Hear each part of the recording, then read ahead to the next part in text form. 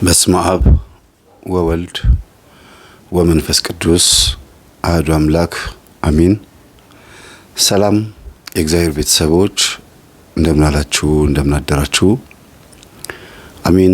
የአምላካችን የጌታችን የመድኃኒታችን የኢየሱስ ክርስቶስ ስሙ ከአጽናፍ እስከ አጽናፍ ከፀሐይ መውጫ እስከ ፀሐይ መጥለቂያ በፍጥረት አንደበት ሁሉ የተመሰገነ ይሁን። 63ኛ የህይወት ገጠመኝ ይዤላችሁ መጥቻለሁ። በዛውም ጎን ለጎን በቅርብ ቀን እግዚአብሔር ከፈቀደ ከዚህ በኋላ ያሉትን ገጠመኞች 5-6 ሰዎች ሆነን ገጠመኙን እነሱ ፊት እያቀረብኩኝ ከዛም በላይ 100ም 200ም እግዚአብሔር ቁጥራችንን ካበዛው እየተገኛችሁ የጉባኤ ቦታ አዘጋጅቼ ወይም የመቀረጫ ቦታ ላይ እንድትመጡ እያደረኩኝ ገጠመኙን እናገራለሁ። ከዛ እናንተ ደግሞ ጥያቄም ካለ እኔም እንደዚህ አይነት ገጥሞኛል እንዲህ አይነት ነገር ነው የማውቃለሁ ብላችሁ በውይይት የምንጨርሰው የገጠመኝ መርሃ ግብር ይኖረናል ብዬ ተስፋ አደርጋለሁ። የዛሬ ዓመት አስቤበት ግን አዳራሽ በማጣት የሰንበት ትምህርት ቤት አዳራሾች ቃል የገቡልኝ ነበሩ። አስተምሯችንን ባለመደገፍ በብዙ አይነት ነገሮች ተቋርጠዋል። ብዙ መርሃ ግብር አዘጋጅተን ቀረጻ ሁሉ ሙሉ ፕሮዳክሽን ነበር ቀረጻውን የሚቀርጸው። ግን ያው አጡን እንጂ አላጠናቸውም። በጣም ብዙ ጥቅም ይጠቀሙ ነበረ ከእውቀቱም ከእምነቱም። እኛም ልናስተምር ብለን ወደ ሰንበት ትምህርት ቤት አዳራሽ ስንሄድ እኛን ብለው የሚመጡ ወይም የምትመጡ እናንተ በዛው ቤተክርስቲያን የማገልገል እዛው ኮርስ የመማር እዛው ቤተክርስቲያን ውስጥ የመቅረት ንስሐ የመግባት የማስቀደስ የቤተክርስቲያን አካል ሆኖ የመቅረት ጥሩ አጋጣሚዎች ነበሩ። እኔ በሰንበት ትምህርት ቤት ውስጥ ረጅም ዓመት ስላገለገልኩና ስለተገለገልኩ የሰንበት ትምህርት ቤትን ጥቅም አውቀዋለሁ። ግን አሁን በግድ በራሳችሁ ቢሮ በራሳችሁ አዳራሽ ወይም በራሳችሁ እንደፈለጋችሁ ማቅረብ ትችላላችሁ እንጂ እኛ ጋር አታቀርቡም ብለው ቃል በቃል ስለነገሩን እንዴት ጉባኤውን እያሰፋ ነው እንደምንመጣና መርሃ ግብሩ እንዴት እያማረበት እንደሚመጣ በአይነ ህሊና እየታየኝ ነው ከፊት ያለው መርሃ ግብር የምጀምረው። እግዚአብሔር እንግዲህ ያስፋልን መርሃ ግብራችንን ቁጭ ብለን የምንማማርበት ችግሮቻችን ልንፈታ የምንወያይበት ቃልቻ የነበሩ አውሊያ ቤተሰብ ውስጥ የነበሩ ደብተራ የነበሩ ጠንቋይ የነበሩ ሰዎች ወደ ንስሐ ህይወት መጥተው እኛ የምናስተምረውን ትምህርት ሰምተው እንዴት እንደተለወጡ እነሱንም እንደተሞክሮ እያቀረብን በባዕድ አምልኮና በጥንቆላ ህይወት ውስጥ የነበሩ ሰዎች የሚያስመልኩም የሚያመልኩም የሚያስመትቱም የሚመትቱም መጥተው እዛ ቦታ ሲቀላቀሉ ካህን ንስሐ አባት ደግሞ ስንጋብዝ መምህራንን ስንጋብዝ ደግሞ እንዴት እየሰፋ እንደሚመጣ አስቡትና ጉባኤያችን ያማረበት እንደሚመጣ ተስፋ አደርጋለሁ። ቁጭ ብሎ መወያየትን የመሰለ ነገር የለምና እስቲ ሁላችሁም ለዚህ መርሃ ግብሬ ጸሎት አድርጉልኝ። ከፊታችን ያቀድንበት በጣም ደስ የሚል ጥሩ የሆነ መርሃ ግብር አለና ይሄንን ቪዲዮ ለብዙ ሰዎች አድርሱልኝ።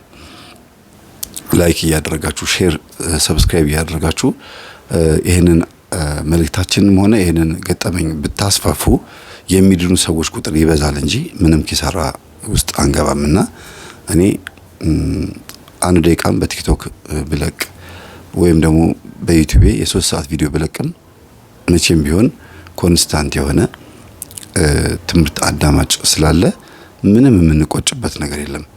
አውደ ምህረት ይሄም አውደ ምህረት ነው። ቤተክርስቲያን መድረክ ላይ አውደ ምህረት ላይ ቆመን ስላላስተማርን የሚጎልብን ነገር የለም። ምክንያቱም የምናስቀድሰውም የምንቆርበውም እንዲሁም ልንሳለም የምንሄደው ቤተክርስቲያን ስለሆነ አንድ መርሃ ግብር ብቻ ነው የጎደለን። እሱም ቆሞ ማስተማር ነው ወይም እዛ ቁጭ ብሎ ይሄ እኛ የምናስተምረውን ትምህርት መማማር ነው። ከዚህ የበለጠ ደግሞ የለም። ማህበራዊ ሚዲያ እጃችሁ ላይ ባለው ስልክ በቤታችሁ በመኝታችሁ በሶፋችሁ ባላችሁበት የሥራ ቦታ ፋብሪካም ስሩ፣ ኮምፒውተር ላይም ቁጭ በሉ፣ የትኛውም አይነት የሥራ ዘርፍ ላይ ያላችሁ ይሄንን ትምህርት የምታዳምጡ በሙሉ እየሰማችሁን ነው። ስለዚህ አውደ ምህረት ላይ ሄደን አስተማርን አላስተማርን የምናመጣው ለውጥ የለም፣ የሚጎልብን ነገር የለም። ቀጥታ ወደ ገጠመኛችን እንግባ። ሰላም ቤተሰቦቼ፣ ይህ የምትመለከቱት ቪዲዮ ልጆቼ የልደት መዝሙር ሰርተው በእማፍቅር የዩቲዩብ ቻናል ላይ የተለቀቀ ነው። የልደት መዝሙር ሁለት አይነት ጥቅም አለው። አንደኛ ልጆቹ ልደታቸውን ሲያከብሩ የእግዚአብሔርን ስም ጠርተው ስለፈጠርከኝ፣ ስለተወለድኩኝ፣ ወደዚህ ምድር ስለመጣሁ አመሰግንሃለሁ፣ ነገም መንግሥተ ሰማያትን እንደምወርስ ተስፋ አደርጋለሁ፣ ጌታ ሆይ ስም የተመሰገነ ይሁን ብለው በልደታቸው ቀን እያመሰገኑ ይኖራሉ። ቤተሰብም በዚሁ አጋጣሚ እግዚአብሔር ልጅ ስለሰጠው ቀጣይም ደግሞ ያማረ የሰመረ የሚጦር ልጅ ቤተሰቡን የሚደግፍ ልጅ እንደሚሆን እያሰበ ደስ ብሎት የልደት በዓላቸውን ያከብራሉ። ስለዚህ ፈጣሪ የሚመሰገንበት የልደት ቀን እንደሚሆን አድርገን ነው የሰራ ነው። ሌላ ሁለተኛው ዓለማዊ የልደት አከባበር ከስርዓት እየወጣ ጥጉን እያለፈ ስለሆነ ከልኩ ያለፈውን የልደት አከባበር ገደብ ለማበጀት ነው። ለምሳሌ ገንዘብ ኃይለኛ ወጪ በማውጣት ገንዘብ በማውጣት የልጆቻቸውን ሆነ የራሳቸውን ልደት የሚያከብሩ አሉ። ያ ማክበራቸው ገንዘብ ካላቸው ምንም ችግር የለውም። ግን የልደት በዓሌ በሚከበርበት ቀን የሚወጣውን ወጪ ለኔ ቤቶች ስጡልኝ፣ ለመቄዶንያ ወይም ለሌሎች ቦታ ስጡልኝ እያሉ ልጆች ደግነትን የዚህን ያክል ማሰብ እስኪችሉ ድረስ ምክንያት የተፈጠረው ልጆች በስነ ልቦና መንፈሳዊ የሆኑ ስለመጡ ነው። እንዲሁም ደግሞ ዓለማዊ የልደት አከባበር ጭፈራው ነገ ተስፋ እንዳይኖራቸው አድርጎ የገንዘብ አባካኝነትንና ፊታቸውን የሚቀቡት የሚያደርጓቸው ነገሮች በአጠቃላይ ልጆች ፊት ላይ የሚለጣጠፉ ነገሮች የሃፒ በርዝዴም ዋና የኬኩም አመጣጥ ትርጉሙ የተዛባና አህዛባዊ የሆነ አስተሳሰብ ስላለው ወደ መንፈሳዊነትን ለመቀየር ነው። ከዛም በተረፈ በልደታቸው ቀን የቅዱሳንን ልደት እንዲያስቡም ይረዳቸዋል። ቅዱሳን ልደታቸው እንዲከበር መጽሐፍ ቅዱስም የአባቶቻችን ገድል በቃል ኪዳናቸው ያዛል። ከዛም አልፎ ተርፎ የመድኃኔዓለም እንዲሁም ምድር የተፈጠረችበትም ቀን የሁሉም ልደት በሚከበርበት ሰዓት ልጆች ይህን መዝሙር ቢከፍቱት ስለመፈጠራቸው እግዚአብሔርን እያመሰገኑ ደስ ብሏቸው በዕለተ ቀኑ ያሳልፋሉ ማለት ነው። ስለዚህ እነዚህን መዝሙሮች በእማፍቅር የዩቲዩብ ቻናል ላይ ለቀናቸዋል። 40 ደቂቃ የሚፈጅ 14 መዝሙር የለቀቅንላችሁ ልጄ ሕፃን በእምነት ተስፋዬና ኤልዳና ተስፋዬ ይህን የልደት መዝሙር መስራት የጀመሩት የዛሬ 4 ዓመት ነው። ኤልድዬ የዛሬ 4 ዓመት 10 መዝሙር የልደት መዝሙር ለቃ 1,300,000 ሰው አይቶታል። እጅግ በጣም የሚገርም ነው። አሁንም ደግሞ ሁላችሁም ሼር እያደረጋችሁ ይህንን ገጠመኝ የሰማችሁ በሙሉ እዛ ሄዳችሁ ደግሞ 40 ደቂቃውን ቪዲዮ እንድትመለከቱ ቢያንስ 20,000 ሰው እንኳን ቢያየው ብዬ እመኛለሁ። ይህንን ገጠመኝ 20,000 30,000 ሰው ካየው እማፍቅር የዩቲዩብ ቻናል ላይ ገብታችሁ የልደት መዝሙሩን እንድታዩት ጋብዣለሁ። አመሰግናለሁ። ለልጆቻችሁ ይሄንን ጋብዟቸው። ለሁላችሁ መልካም ልደት ይሁንላችሁ። የዛሬው ገጠመኛችን ቤተሰቦቼ እኔም ተምሬበታለሁ። እናት ለልጆቿ ይህን ያክል ዋጋ ትከፍላለች እንዴ? ዋጋ የከፈለችባቸው 3 መንገዶች አሉ። እነዛን 3 መንገዶች ጥርት አድርጌ ችግሩን እነግራችሁና ችግር ሲነሳ ሁልጊዜ የችግሩ መንስኤ ደግሞ አለ። ችግር ሲፈጠር ማለት ነው የችግሩ መንስኤ አለ። ከዛ ደግሞ ችግሩ የሚያመጣው ሪዛልት ደግሞ ውጤት አለ እና መጀመሪያ ምክንያት፣ ከዛ ችግር፣ ከዛ በኋላ ደግሞ ውጤት ማለት ከችግሩ በኋላ የሚመጣው ሳይድ ኢፌክት እንደማለት ነውና እኚህ እናት በእንደዚህ ሂደት ውስጥ ሆነው ልጆቻቸውን ከሞትም ከገንዘብ እጦትም ከስድብም ከማንኛውም ማህበራዊ ድቀት ወይም ውድቀት ለማዳን የሄዱበት ርቀት ያሳዝናል። ጎበዝ እናት ነው ለማለት ባያስደፍርም ግን የቻሉትን በእውቀታቸው ባላቸው እውቀት የቻሉትን ያክል ጥረት አድርገዋልና ይሄ ሁሉ ነገር ግን የጎዳቸው የሰው ምክር 99% ስለሚሰሙ ነው። 1% ራሳቸውን ይሰማሉ። እሱንም ድንገት ነው ራሳቸውን የሚሰሙት። አብዛኛውን ጊዜ የሰው ሐሳብ ላይ የተደገፉ ሰዎች ራሳቸውን ያጡታል። ራሳችሁን የምታጡት ራሳችሁን ፈልጋችሁ አጣችሁት የምትቅበዘበዙት የሌላ ሰውን ማየት ስትጀምሩ ብቻ ነው። መነጽር 2 አይነት ነው። አንደኛው ስጋዊ መነጽር ነው፣ ሁለተኛው መንፈሳዊ መነጽር ነው። ስጋዊ መነጽር ራሳችንን አያሳየንም። ምናልባት ስጋዊ መስታወት ስጋችንን ሊያሳይ ይችላል። ስጋዊ መነጽር ግን ሌላውን አካል ሌላውን ነገር ነው። አረንጓዴ ከሆነ ቀይ ከሆነ ቡኒ ከሆነ ሶላር ሲስተም ከሆነ መነጽሩ ፀሐይ ሲሆን ይጠቁራል። ሰውም አይናችንን በደንብ አያውም፣ እኛም ደግሞ የምናየውን ብርሃን ይቀንሰዋል እንዳይጭበረበርብን። መንፈሳዊ መነጽር ግን የምናየውንም ያስተካክላል፣ ማየት ያለብንን እንዴት ማየት እንዳለብን ደግሞ በውስጥ በኩል ያስተካክላል ማለት ነው። እኚህ እናት መንፈሳዊ መነጽር የላቸውም። ስጋዊ መነጽራቸው ደግሞ ጎረቤት፣ ዘመድ፣ ጓደኛ የሄዱበት ቦታ ሁሉ ቀበሌም ይሄዱ ሾላም ገበያም ይሄዱ የትም ቦታ ሰልፍ ያዙ ምንም ነገር ለማድረግ ሄደው ቁጭ ካሉበት ከተቀመጡ ሰዎች ጋር እንደዚህ አይነት ችግር ገጥሞኝ እንደው ምን ይሻላል ምን ትይኛለሽ ብለው ይጠይቃሉ። መፍትሄ መጠየቃቸው ባልከፋ፣ ግን ሰዎች ብዙ አይነት መጽሐፍት ናቸው። ሰዎች በጣም ብዙ አይነት ቪዲዮ ናቸው። በጣም ብዙ አይነት ተገልጠው የማያልቁ ትንግርት የሆኑ የማይጨበጡ ውሃ የነካው ሳሙና ከባህር የወጣ አሳ ስትይዙት እንደሚምለጨለጭ የሰው ባህሪ ከባድ ነው። አንዳንዱ ሆን ብሎ ተንኮል ይናገራል። አንዳንዱ ደግ ነገር ተናገርኩ ብሎ ባዕድ ነገር ይናገራል። አንዳንዱ ደስ የሚል ምክር ደግሞ መክሮ ምክሩን ውጤቱን ሳያይ በዛው ይጠፋል ሳይከታተላቸው። እንዴት ሆነልዎት፣ እንዴት ሆነልህ፣ እንዴት ሆነልሽ ብሎ አይጠይቅም። ግን ጥሩ ምክር መክሮ ይርቃል። ያቺ አጋጣሚ ምናልባት በአይምሯቸው ላይ ጥሩ ሀሳብ ጥላ ሊሆን ይችላል።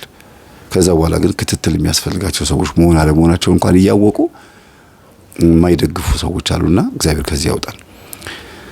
እና ባላቸው በጦርነት በ97 ማለት ነው በዘመቻ ፀሐይ ግባት ጊዜ ነው የሞቱባቸው የኚህ እናት። ባላቸው ሲሞቱ የባልየው እድሜ 58 የእሳቸው እድሜ ደግሞ 50 ነበረ። የ8 ዓመት ልዩነት ነው ያላቸው። እና ልጆቹን እንደምንም ብለው ነው ያሳደጓቸው። ምክንያቱም በስተርጅና ስለሆነ የወለዷቸው እድሜያቸው 40 ዓመት ሆኖ ነው እናትየው ልጅ የወለዱት። በእንደዚህ እድሜ ላይ ደግሞ የተወለዱ ልጆች ሙሉ በሙሉ ባይባልም የሆርሞን እጥረት፣ የተለያየ ነገር የብዙ የተፈጥሮ ነገሮች እጥረት አለባቸው ይባላል በሕክምናው። ግን ከመወለዳቸው በፊትም ደግሞ ምን አይነት ባህሪ ያላቸው እናት እንዳልኳችሁ ምን ማድረግ እንዳለባቸው ከሰው ጠይቀው ነው መፍትሄውን ወይም የጠየቁትን ነገር በተግባር የሚፈጽሙት። ከማግባታቸው በፊት እናትና አባታቸው ቤት እያሉ ቡና የሚያፈሉት በቀን 5 የነበረ። ይሄን በደንብ አስተውሉ። አባትየው እጅግ በጣም ሲበዛ ጥበበኛና ከጥበበኞች ጋር የሚውሉ ደብተራ ባይሆኑም የደብተራዎች ትንፋሽ ለደቂቃ እንኳን የማይለያቸው ሻይን ጠጣ እስቲ ብለው የሚደውሉትም ደብተራዎች ጋር ነው። ጓደኝነታቸውም ከነሱ ጋር የጠነከረ ነው። ገንዘብም የሚያገኙት ከየት እንደሆነ በማይታወቅ መልኩ ወደ ቤት ያመጣሉ። አመት በዓልም ከሆነ ዶሮና በግ መግዣ፣ አዘቦት ጊዜ ከሆነ አስቤዛ የሚገዛበትን ገንዘብ እስቲ አስቤዛ ልቋል ሲሏቸው ውሰጅ ከኪሴ ላይ ነው የሚሉት። ግን ስንት ሰዓት ስራ ገብተው ስንት ሰዓት እንደሚወጡ ኮንስታንት የሆነ የሚታወቅ ነገር የለም። አባትየው ውሏቸው ከደብተራ ጋር ስለሆነ እነዛ ደብተራዎች እየሰለው ይስጧቸው። በየት በኩል ስራ ሰርተው ምን ሰርተው እንደሚመጡ አይታወቅም። ሴትዮዋ ይሄን አያውቁም። እንደው አንተ ሰውዬ ምን ሰርተህ ነው ይሄን ሁሉ የምታገኘው? ተኝተህ ነው የምታረፍደው? ማታ ደግሞ አምሽተህ ነው የምትመጣው? እና የስራ ጸባይ ስራ ምንድነው? የሰፈር ሰውም ይጠይቀኛል ብለው ጠይቀዋቸዋል። ግን የተሰጠሽን ዝም ብለሽ ተቀበይ ነው። እንዲህ ሆኖ ነው እንግዲህ ብድግ ብለው ተነስተው ዘመቻ ፀሐይ ግባት ወይም የኢትዮጵያና የኤርትራ ጦርነት ጊዜ ላይ ይመስለኛል 97 ይሁን 94 ላይ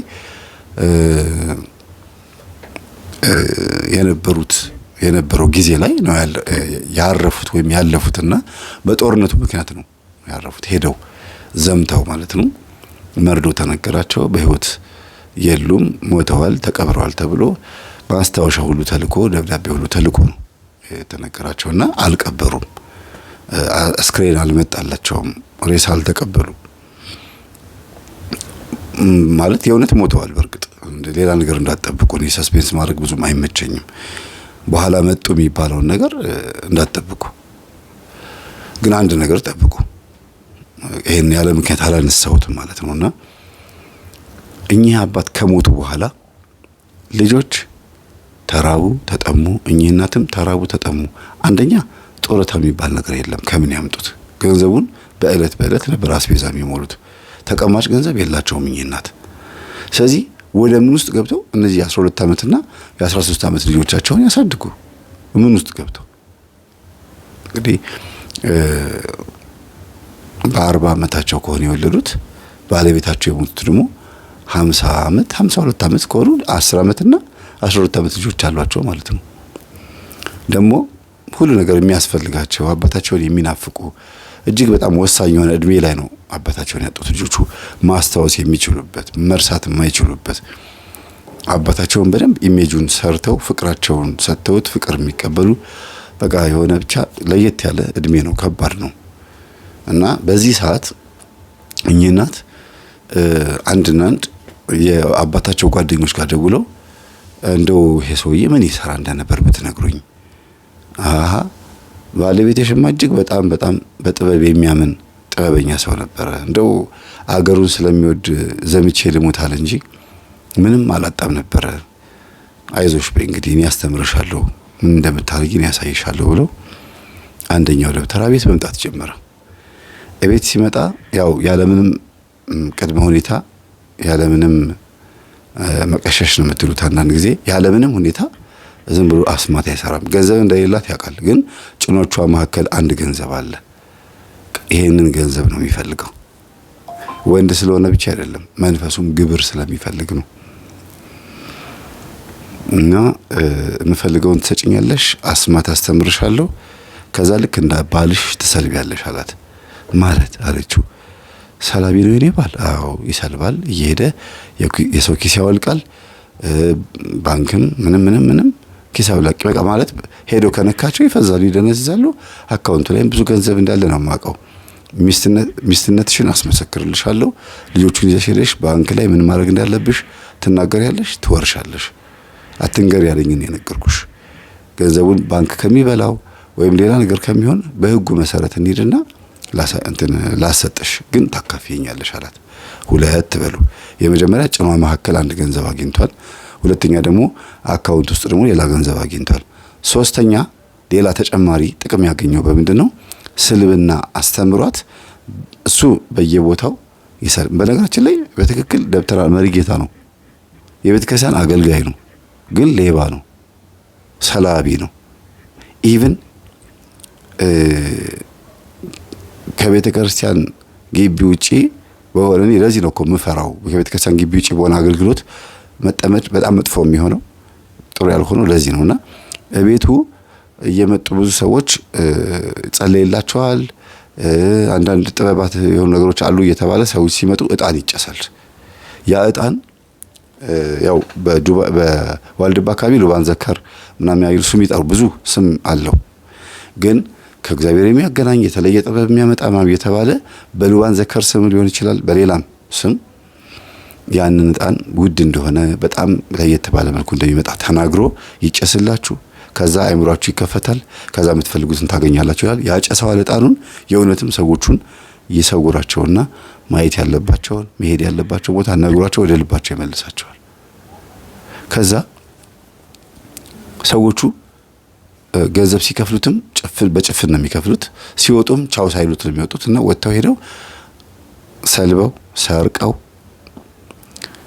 ኪሳው ልቀው አምጥተው አስረክበውት ነው ከዛ ቁጭ ብለው የሚባንኑት የሚነቁት። የት ሄጄ ነበር? ተኝቼ ነበር ይላሉ። አይ አልተኛሽም፣ ስራ ሰርተሽ ነው የመጣሽው። የምን ስራ? አይ ሄደሽ ይሄን ሁሉ ይዘሽ ነው የመጣሽ። እኔ ያው ኧረ ይሄን አላመጣው፣ እኔ አልወጣሁም ከዚህ ቤት።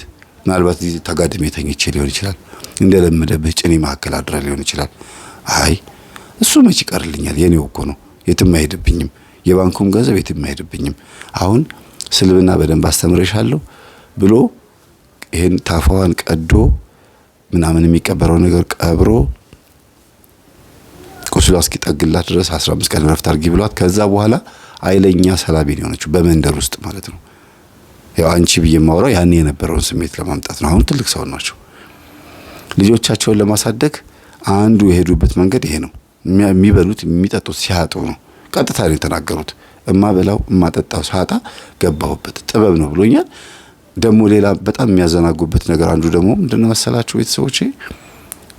አይ ሀብታም ብቻውን ለምን ይበላል እንዴ? እንካፈል እንጂ እሱ ደክሞ ወጥቶ ወርዶ አሳምኖ የሚያመጣው ገንዘብ በጣም ከመጠን በላይ ሲከማች ጥጋብ ነው የሚሆንበት። ለኛ ግን ጥጋብ ሳይሆን ረሃብ ማስታገሻ ነውና እንካፈል። ስለዚህ ጥበቡ የሚጠቅመው ስልብናው የሚጠቅመው ከሀብታም ጥጋብ ተካፍሎ ሁለታችንም እኩል እናግሳ የሚል ሳቅ የተሞላበት ንጥቂያ ነው። ስልብና ግን መንፈስ ተልኮ መንፈሱ ገብቶ ሰዎቹ በዛ መንፈስ ተበክለው ነው የሁሉ ችግር የሚፈጠረው። አሁን እናንተ መንገድ ላይ ለምሳሌ የሆነ አፍዛ ደንዝዝ ወይም ከልከሌዎስ የሚባለውን መንፈስ የተዋረሰ ሌባ መጥቶ ዳበስ ያረጋችኋል፣ ነካ ያረጋችኋል። ከዛ በኋላ ምንድነው የምትሆኑት? ትፈዛላችሁ።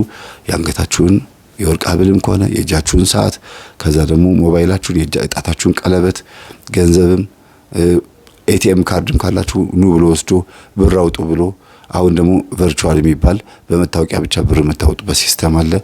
50 ሺህ ብር ድረስ ነው የሚቻለው። በዛ ሁሉ ብዙ ብር ሊያስወጣ ይችላል። በዚህ ቨርቹዋል ጥሩ ነው። ኤቲኤም ባላዛችሁበት ሰዓት በመታወቂያ ብቻ ትጠቀማላችሁ። አቢሲኒያም ንግድ ባንክም ቨርቹዋል አለው። ግን ቨርቹዋል መጥፎ ጉዳቱ ምንድነው? ከተነካችሁና አላማው ያ ደብተራ አላማው ብር አውጥቶ ይስጠኝ የሚል ከሆነ ቀጥታ ሄዳችሁ ነው የምታወጡት። አውጥታችሁ እንካ ውሰድ ነው የምትሉት።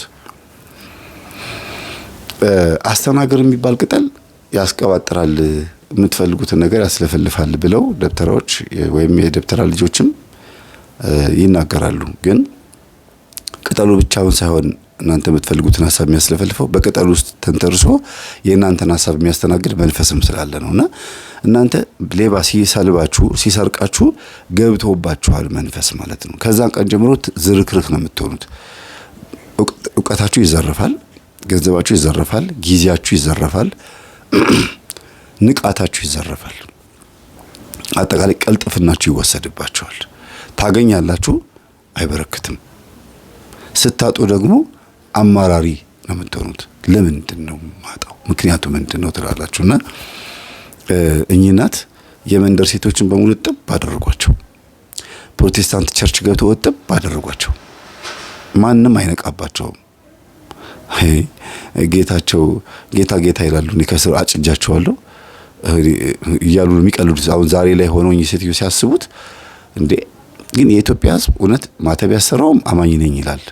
ፕሮቴስታንቱም ጌታ ይላል። ሙስሊሙም አላህ ይሰግዳል። ግን ከሁሉም በጣም አማኝ ከተባሉ ሰዎች ሁሉ ሄጄ ሰልብ ያለው ነው የሚሉት እኚህ እናት።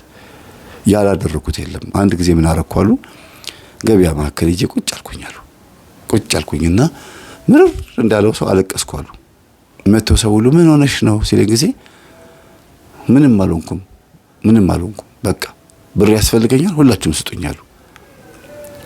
አንድም ሰው ሳይቀር ቲማቲማን የምትሸጥም ሴት ሳትቀር መተው ነው እጃቸው ላይ ጣል ያደረጉላቸው። ብዙ ብር ሰብስበው ሄዱት። ግን ምንም አልሆንኩም ነው የተናገሩት። ምንም አልሆንኩም ለምን እንዳልኩኝ አይገባኝም አሉ። በወቅቱ ተቸግሬ ነው ታምሜ ነው ማለት ይችላሉ አሉ። ግን ልጆቼን ማበላበት ማጠጣበት ስላጣሁኝ ነው። ግን ምንም አልሆንኩም ማለት ይችላሉ። ግን ምንም አልቸገረኝም፣ ግን ብር እፈልጋለሁ ነው ያልኩት አሉ። በኮንፊደንስ ብር እንደምፈልግ ተናግሬም እንኳን ብር አግኝቻለሁ አሉ። ሰው እኮ ተቸገርኩ ሲል ልጆቼ ማሳደግ ያጣው ሲል ሲያለቅስ ዘዴ ፈጥሮ የሆነ ነገር ሲያረግ ምን ሲል በዛ ዘዴ ሊያገኝ ይችላል። ተናግረው ምንም እንደማይፈልጉ ተናግረው ብር አምጡ ሲሉ እሺ ብሎ የሚሰጥ ትውልድ አልነካሁት፣ ይሄን ህዝብ አላፈዘዝኩት፣ አላደነዘዝኩት አሉ። ዝም ብዬ ነው ቁጭ ያልኩት። ያ ማለት ዛሬ ላይ ሆኖ ምን ይሰማውታል ስላቸው ያ ደብተር አምጥቶ ያ መንፈስ ካላበሰኝ በኋላ በእኔ ዙሪያ ያሉትን 50 ሜትር ርቀት ድረስ ያሉትን ሰዎች በሙሉ የማፍዘዝ ኃይል ነበረኛሉ። ስለዚህ መናፍስቶቹ በጣም ታታሪ ነበሩ፣ በጣም ይሰሩ ነበር። ሴትዮዋም እንደ ሰይጣን ነበር የሚሰሩት፣ እንደ እላቸው ላይ እንደሰፈረባቸው የሚሰሩት ማለት ነው። እና በቃ የሚገርም ላይፍ መኖር ጀመሩ። ከዛ ሰፈር ወጡ። ባለ 3 መኝታ ኮንዶሚኒየም ተከራዩ። የድሮን ኮንዶሚኒየም ማለት ነው። ተከራዩ። እጅግ በጣም የተሻለ የናጠጠ ህይወት መኖር ጀመሩ። ከየት መጥቶላት ነው ሲባል አይ ባለቤቴ ተቀማጭ ገንዘብ አስቀምጦ ነበረ ብለው የተናገሩት። ሌላ ሳልነግራችሁ ያለፍኩት ምንድነው ደብተራው ባንክ ያለውን ገንዘብ በሙሉ ስጭኝና በአንድ ወር ውስጥ ይሄንን ገንዘብ ማግኘት ካልቻልሽ እኔ መልስልሻለሁ ነው ያላት። በዛ ሰዓት ደግሞ ደብተራው ብር ያስፈልገዋል። መሪጌታው ባይዘው መሪጌታ ስል ደብተራ ስል ሆም ብዬ ነው የምለው። ለምን ብትሉ ቤተክርስቲያንን ያሰደቡ ይሄን ማዕረግ ይዘው ያስነቀፋት እነሱ ስለሆኑ ነው። ማዕረጉንም ክህነትንም ራሳቸውንም ጥምጣማቸውንም ያሰደቡት ስለሆኑ በህዝቡ ልቦና ውስጥ ያሉት እነሱ ናቸው። ሰሞኑን አንድ እናት ሰምታችኋል የተናገሩትን። ንስሐ አባቴ ይሄን ቤተሰብ እጨርሰዋለሁ አሉ። በ3 ወር ውስጥ ብዙ መከራ ደረሰብን፣ ሰው ሞተብኝ፣ ልጄንም ነጠቆኝ፣ ወንድሜንም እንደዚህ እህቴንም እንደዚህ እኔንም እንደዚህ ያደረጉኝ ብሎ ተናገረች። አሁን እቺ ሴትዮ ፕሮቴስታንት ብትሆን ሙስሊም ብትሆን ሌላ እምነት ላይ ብትገባ ምንድነው ዋናው ዋስትናው? ማን ነው ለዚህ ሁሉ ኃጢአት የዳረጋቸው? ጥበብ ነው እያሉ የሚያቀብሉት ጠባብነት ነው ማለት ነው። ይሄ ነው ሁልጊዜ መቃወም ያለብን። እኔም አለቃችሁም እናንተም አትለቁኝም። በላይቭ ላይ 116 ላይ ስለነበረኝ የህመም ሁኔታ ተናግሬያለሁ። ያን ቪዲዮ አይቶ በማግስቱ አንድ ደብተራ ደውሎ ምንድነው ያለኝ? ወንድሜ ፕሮቴስታንት ነው፣ አንተ የምታስተምረውን ትምህርት ሰምቶ ደውሎ ሰደበኝ እና ትምህርትህን ለመስማት አንድ ብዬ ጀመርኩት ወንድሜ ሲሰድበኝ ነው አለ። እኛ ስናስተምር አንድ ቀን ሰምቶ አያውቁም እኮ። ደብተራ ነው የደወለልኝ። ባይዘው እኔ ደብተራ ነኝ፣ ስልማሽ ቅጠል በጣሽ ከምትላቸው ውስጥ አንዱ ነኝ አለ። እሺ ወንድሜ ፕሮቴስታንት ሆኗል፣ እህቴ ጆቫ ናት፣ እናትና አባቴ ባዕድ አምልኮ ውስጥ ናቸው ያሉት። አሁን ገጠር ላይ ከቤታችን ውስጥ ኦርቶዶክሱ እኔ ነኝ ብዬ ነበር የማስበው። እኔም ኦርቶዶክስ እንዳልነበርኩ ነው የተረዳሁት። በእርግጥ ጥንቁልና እንደሆነ አጋንንት መጎተት እንደሆነ አውቃለሁ አለ። ይሄ ስራ ግን ልክ ራሱን እንደ ኦርቶዶክስ አድርጎ ነበር የሚቆጥረውና እናትና አባታችን ከወለዷቸው ልጆች 6 ልጆች ውስጥ አንድም ደና ልጅ እንዳልነበረ ኦርቶዶክስ ትክክለኛ ክርስቲያን እንዳልነበረ የተረዳሁት ወንድሜ ደውሎ ሲሰድበኝ ነው።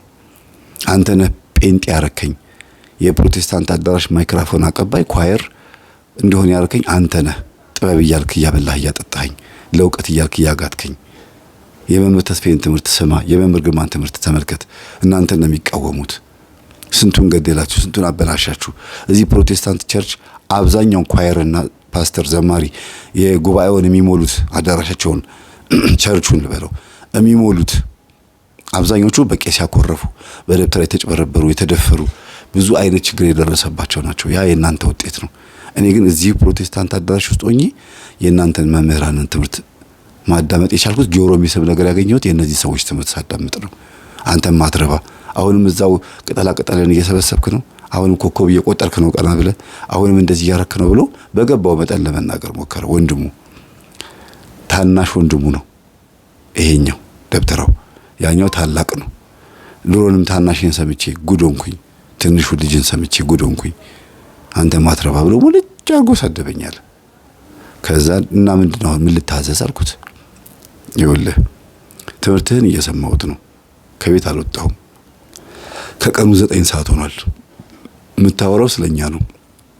መምህር ተስፋዬ እኔ በእግዚአብሔር ስም እምልልሃለሁ፣ እኔ አንተ ላይ ምንም ነገር አላደርግም፣ ግን ራስህን ጠብቅ ያለኝ። ተማሪዎችህም እንዲጸልዩልህ ንገራቸው፣ ራስህን ጠብቅ። ምክንያቱም በህዝብ ፊት የሚያዋርድ መንፈስ ሊልኩብህ ይችላሉ፣ ወይም ደግሞ ድንገት ሌላም ስብዕና ውስጥ እንድትገባ የሚያደርግ መንፈስ ሊልኩብህ ይችላሉ። የተበሳጨ ደብተራ የሆነ ነገር ሊያደርግህ ይችላል። እኔ ከአሁን ሰዓት ጀምሮ ኮተቴን በሙሉ ለመጣል ወስኛለሁ። እንደሚቀጣኝ አውቃለሁ። እግሬን አሁን ሽባ እንደሚያደርገኝ፣ ታክሲ ልሳፈር ብዬ ስወጣ አሁኑኑ መኪና እንደሚያስገጨኝ አውቃለሁ አለ። አይገርማችሁም? አፉ ሞልቶ ነው የሚናገረው። ታዲያ እኔ የክርስቶስን ስጋና ደም እኮ እቀበላለሁ፣ ጌታ አያድንኝም ወይ ስለው ጊዜ ጸጥ አለ። በእርግጥ ልክ ነህ አለኝ። እሺ የመላእክት ጥበቃ የት ሄዱ አልኩት። አሁንም ዝም አለ። በእርግጥ ልክ ነህ ብሎ ዝም ይላል። እና ጥበቃቸው እንኳን እያለ ብጎዳ እንኳን የማን በረከት ነው የሚያድርብኝ? የቅዱሳን አይደለም ወይ? የሐዋርያት በረከት አይደለም ወይ? ጥበቃ እያላቸው ስለ ጥበቃ እየጻፉ ስለ ጠባቂ መልአክ እንኳን እየጻፉ በሰው እጅ ነው ያለፉትም የተደበደቡትም። ሐዋርያው ቅዱስ ጳውሎስና ቅዱስ ሲላስ ወደ አንዲት መንደር ሲገቡ ሄርሜንና ምናምን ብለው ስም አውጥተውላቸው የጣዖት ስም አውጥተውላቸው ይኸው አማልክት በሰው መልክ ወርደዋል እኛ ከተማ ኑ እንስገድላቸው ኑ እናምልካቸው ብሎ ህዝቡ ሆ ብሎ ሲከተላቸው ሐዋርያት ምን አደረጉ? ልብሳቸውን ቀደዱና እኛ አማልክት አይደለንም እናንተ እንደምትሉት አይነት ሰዎች አይደለንም ብለው ሲሰብኩ ክርስቶስን ቀጥቅጠው ሞቱ እስኪባል ድረስ ደም በደም አድርገዋቸው ቆሻሻ ላይ ጠለዋቸው ሄዱ ነው የሚለው። ሐዋርያት የዚህን ያክል መከራ የገጠማቸው ጌታ ስለማይጠብቃቸው ነው ወይ? አይደለም። አጋንንት የእግዚአብሔር የሆኑትን ሰዎች እንዴት እንደሚጠላ ለማሳየት እግዚአብሔርም ደግሞ ስሙ በሚጠራበት ቦታ ላይ ምንም እንኳን መከራ ቢመጣ ተደብድበው ሞቱ ተብሎ እስኪባል ድረስ እንኳን ይሄ ሁሉ መከራ ደርሶባቸው ልክ ኢየሱስ ክርስቶስ 6666 ጊዜ እንደተገረፈው እነዚህም ሐዋርያት እንደዛው ተቀጥቅጠው ሕይወታቸው ያልፋል ተብሎ እስኪገመት ድረስ ተደብድበው ሞቱ ተብለው ቆሻሻ ላይ ተጥለው የተነሱት በማን ነው? በእግዚአብሔር ኃይል ነው። ቢሞቱም የክርስቶስ ናቸው ብሏል ቅዱስ ጳውሎስ። ብኖርም በሞትም የክርስቶስ ነኝ ያለው። የሚበላው የማይበላውን አይንቀፍ። ያ ማለት የሚጾመው የማይጾመውን የማይጾመው ደግሞ የሚጾመውን አይተችን ያለው። ሆድ ለመብል ነው መብልም ይጠፋል አለ። ሁሉ ነገር ከንቱ እንደሆነ ይናገርና ግን በሕይወት ብንኖርም ብንሞትም የክርስቶስ ነን። ያም ስለ ክርስቶስ ብሎ ይሄን አደረገ። የሚጾመውም የማይጾመውም ስለ ክርስቶስ ብሎ አደረጉን ያለውና የምናደርገውን ነገር በሙሉ ወደ በጎ ነገር የምንቀይር ከሆነ በሞትም ዋጋ ሆኖ ይቆጠርልኛል፣ በሕይወት ብኖርም እግዚአብሔር አዳነኝ ይላለውና እኔ ምንም ማልፈራ ሰው ነኝ አልኩት። በእርግጥ አዎ አንደኛ ልጆች ወልደሃል፣ ሁለተኛ ነገር ደግሞ አይዶን ነው ጥንቃቄህን አላቅም፣ ግን እንደው ምናልባት በቂ ትምህርት ሳታስተምር ያለ ጊዜህም እንዳትቀጭ ስለምፈራ ነው አለ። የዚህን ያክል የምታስብልኝ ከሆነ እስቲ አንድ ነገር አድርግልኝ አልኩት። ምን አለኝ? እስቲ አሁኑኑ ኮተትህን ጣልና ንስሐ ግባ፣ ከደብተሮች ቁጥር አንድ ቁጥር እንኳን ይቀንስ አልኩት። ይሄን አደርገዋለሁ አለኝ። አንተ ስታስተምረኝ ያልገባኝ ወይም ደግሞ እናንተ ስታስተምሩ አንድ ቀን እንኳን ዞር ብለን ያላየናችሁ በመንገድ ላይ ሁሉ አውቃለሁ አለኝ። ቤተክርስቲያን ሁሉ ታስተምር መተህ አስተምረ ከመድረክ እስክትወርድ ድረስ ጠብቄ ላናግር ብዬ ማናገር ሲላችሁ ቀላል መሰላችሁ? አንተ ግን ከኛ ራስ ላይ አትወርድም እንዴ ልልህ ነበር አለ። የዚህን ያክል እንኳን ሊያናግረኝ ፈልጎ አልቻለም። ለምን ስለው የምሰራውን ስለማቅር ያለው ድፍረቱ አይኖረንም። ቆመን መድረክ ላይ መስበክ የምንፈልገው ጥቅሳ ጥቅሶቹን ብቻ ነው። የሽንገላ ቃላቶችን የደሞዝ ቃላት የሚባል ነገር አለ። ስብከተ ወንጌል ሰበካ ጉባኤ እዛ አካባቢ ላይ ያሉ ሰዎች አስተዳዳሪው ማሞገስ፣ አካባቢ ያሉትን ሰባኪዎች ስማቸውን ጥሩ አድርጎ ጠርቶ እንትን በቃ መሸነጋገል፣ በካባ ውስጥ መደበቅ፣ ከዛ በኋላ የአየር ሰዓቱ ሲያልቅ ይሄንን ጉባኤ ብለው እንደጀመሩት ሁሉ በሰላም ያዋልከን ሰላም አሳድረን ብለው ዘምሮ ጉባኤው መዝጋት ብቻ ነው የሚፈለገው። ሪፒቴሽኑ ሀቢቹዋል አክሽኑ አንድ አይነት ነው የሚሆነው፣ ፍሬ የሌለው አይነት ድግግሞሽ ማለት ነው። እና በቃ ኮተትህን ጣልልኝ ያልኩት። ኮተቱን ሊጥል ቃል ገባ። አንድ ችግር እንደሚገጥመኝ ተስፋ አደርጋለሁ አለ። ግን ለምን ይሄን ተስፋ ታደርጋለህ አልኩት። የሚገርም መምህር አውቀዋለሁ፣ ሊገለኝ እንደሚፈልግ ያወራኛል። እኔ ጋር ያለው አሾክሻኪ መንፈስ ነው አለኝ። አጠገብህ ምን መጽሐፍ እንዳለ ልንገርህ አለኝ። አልኩት ውዳሴ አምላክ መጽሐፍ አለ አለኝ። ክውን ያልኩት አጠገቤ ውዳሴ አምላክ መጽሐፍ አለ። እንዴት አወቅህ ስለው አሾክሻኪ መንፈስ አንተ ጋር ደርሶ ተመልሶ መጣልኝ። የዚህን ያክል መጥቶ መመርመር ይችላል፣ ግን መንካት አይችልም። ቢነካም እንኳን ነገሮች ሁሉ ለበጎ እንዲሆኑ ማድረግ ይቻላል። እንዳልኳችሁ ሐዋርያትን ቀጥቅጠዋቸዋል። ቅዱስ ጳውሎስን እኮ በቅርጫት በዘንቢል ቅርጫት አድርገው በአጥር በግንብ አዘልለው እኮ እንዲያመልጥ ያደረጉት ስጋዊ በሆነ መንገድ ነው፣ ስጋዊ በሆነ ስልት ነው። ግን የእግዚአብሔር ሐዋርያ ከተባሉ የክርስቶስ ደቀ መዛሙርት ከተባሉ መንፈስ ቅዱስ ከወረደላቸው በኋላ ከሆነ ይሁሉ የሆነው ለምን እንደዚህ አይነት ብልሃትና ዘዴ ተጠቀሙ? አያችሁ፣ አንዳንዴ መንፈስ ቅዱስ አብሮን እያለ እንኳን በራሳችንም ሐሳብ እየሄድን ለማምለጥ እንሞክራለን። ከዛ መንፈስ ቅዱስም ጠብቆን ደግሞ ካለንበት መከራ በብዙ ጥረት እንወጣዋለን። ሞቱ እስኪባሉ ድረስ አልኳችሁ እኮ ሞቱ እስኪባሉ ድረስ ተቀጥቅጠው ተደብድበው መከራ ደርሶባቸው የሚያልፉም አሉ የሚድኑም አሉ። ያ ማለት ግን እግዚአብሔር ስላልጠበቃቸው ክርስቶስ ስላልጠበቃቸው አይደለም፣ ወይም ጠባቂ መልአክ አጠገባቸው ስለሌለ አይደለም። በሚመቱት በሚጎሰሙት ነገር ዋጋ ስለሚያገኙበት ነው። እና እኔም ላይ መንፈስ ቢልኩብኝ አንተም ጋር ያለው መጥቶ ደርሶ ቢመለስም አንደኛ መጥቶ መግባት እንዳልቻለ ቢገባም ምንም ነገር ማድረግ እንዳልቻለ ለማወቅ ነው፣ ለማሳየትም ሊሆን ይችላል የሚመጣብኝ። እና እኔ የሰይጣን ቤተ ሙከራ መሆን አልፈልግም። ግን እንድታስተውል የምፈልገው አልኩት የሰይጣን ቤተ ሙከራ መሆን አልፈልግም ማለት መጥቶ ቼክ አያደርገኝም ማለት አይደለም። ሊያንዣብብ ይችላል፣ ተጽፏል። ይሄን ሁሉ ከተነጋገርን በኋላ ለምንድን ነው ስለ ደብተራው የምነግራችሁ? እኚህ እናት ጋር ይሄ ነገር ስላለ ነው። ሳገኛቸው እንዲህ አይነት ችግር ስለገጠመኝ ነው። እና እኔ ንስሐ ገባለሁ አለኝ። ንስሐ ገባለሁ። ንስሐ ገብቼ ግን ለአንድ ዓመትም ለ6 ወርም ለ3 ወርም ያክል እግዚአብሔር ተቀመጥ ያለኝን በአይምሮ ያቀበለኝን ነገር ቁጭ ማለት አለብኝና ምን ይሻላል ገንዘብ ላክልኝ ብልህ ገንዘብ ስልክለት ሊሰልበኝ ነው ብለህ ታስባለህ አለኝ። እያሰብኩ ነበር የሚገርማችሁ። ስለዚህ ምን ይሻላል አለኝ።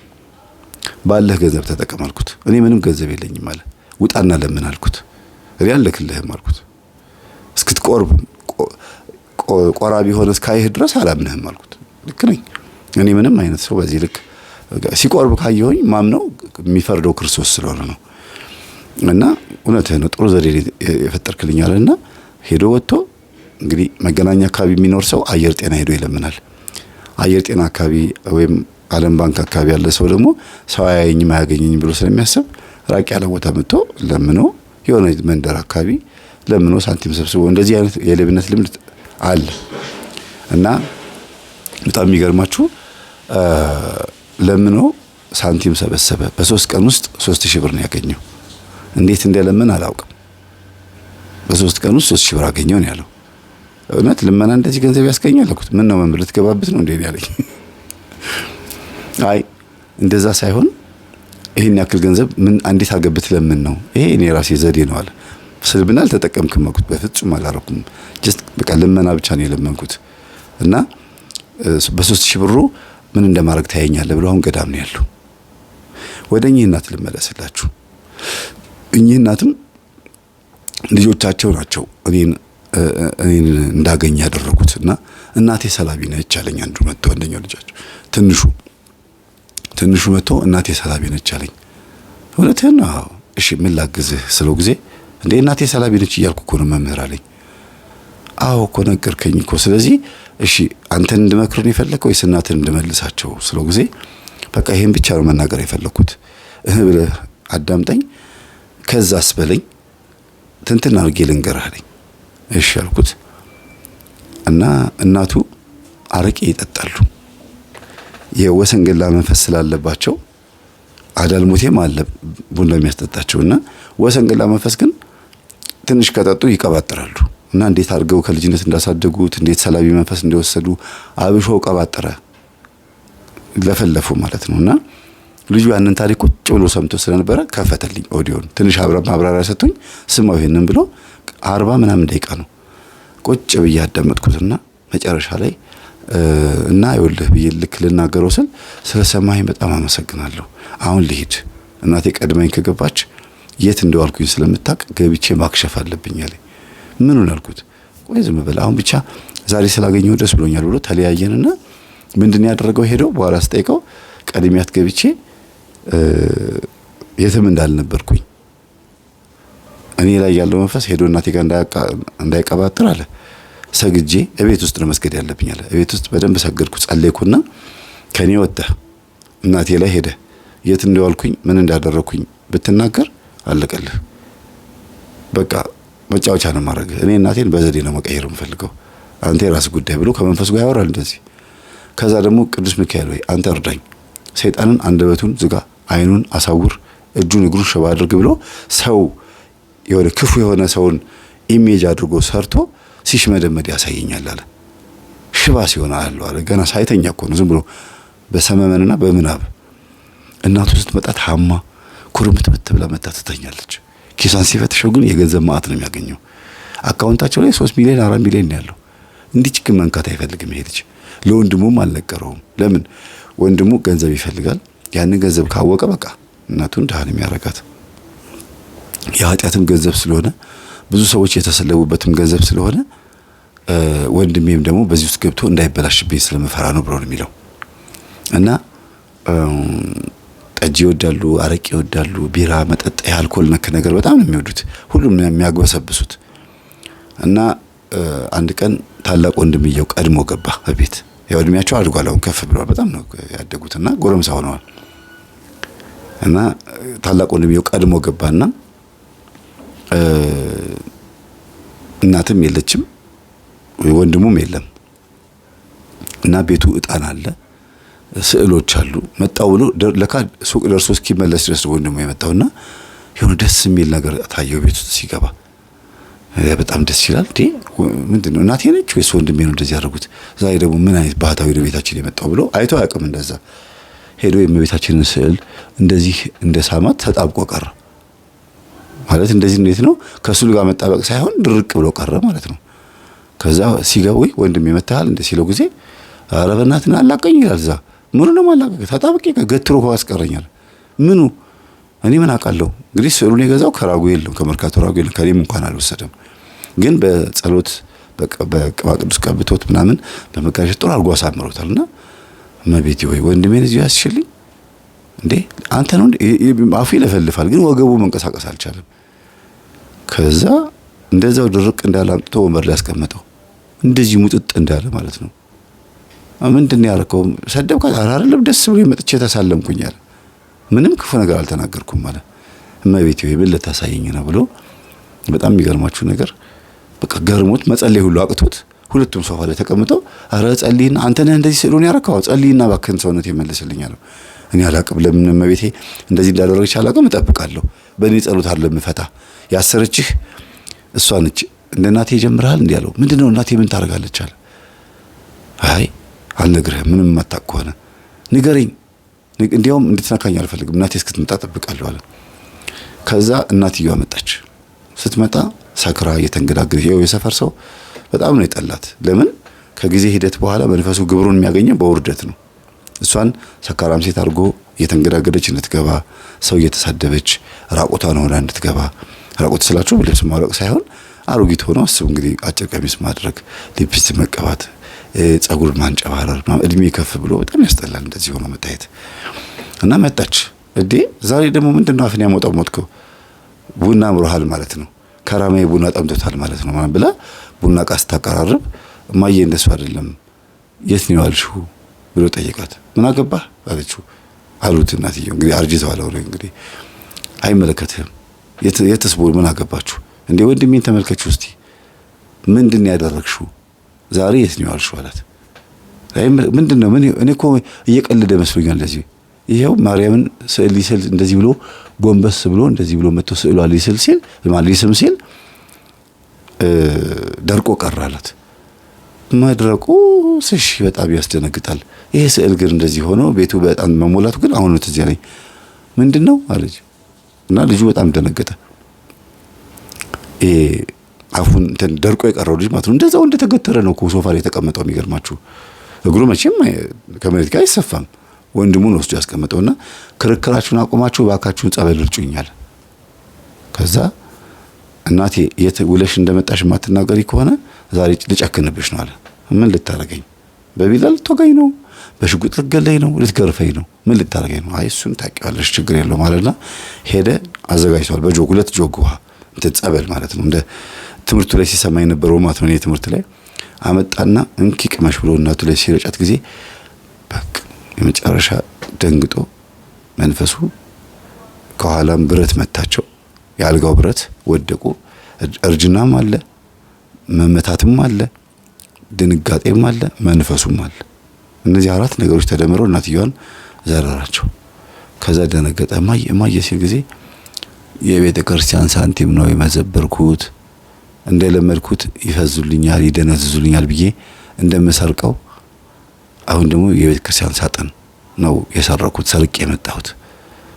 ለዚህ ነው ወንድምህ እንደዚህ ሆኖ ማርያምን ሲስም አይደል? ሄጄ ማርያም ቤተ ክርስቲያን የሰረኩት አለች ሴትዮዋ። ልጁ መጥቶ በሚስምበት ቅጽበት ውስጥ እናትየዋ እዛ ጋር ምን እያደረገች እንደሆነ ማን ነው የሚያየው? እግዚአብሔር ጠባቂ መልአክ እመቤታችን። ለዚህ ነው እግዚአብሔር ሙሉ በኩል ላይ ነው፣ ኦልማይቲ ጋር ነው።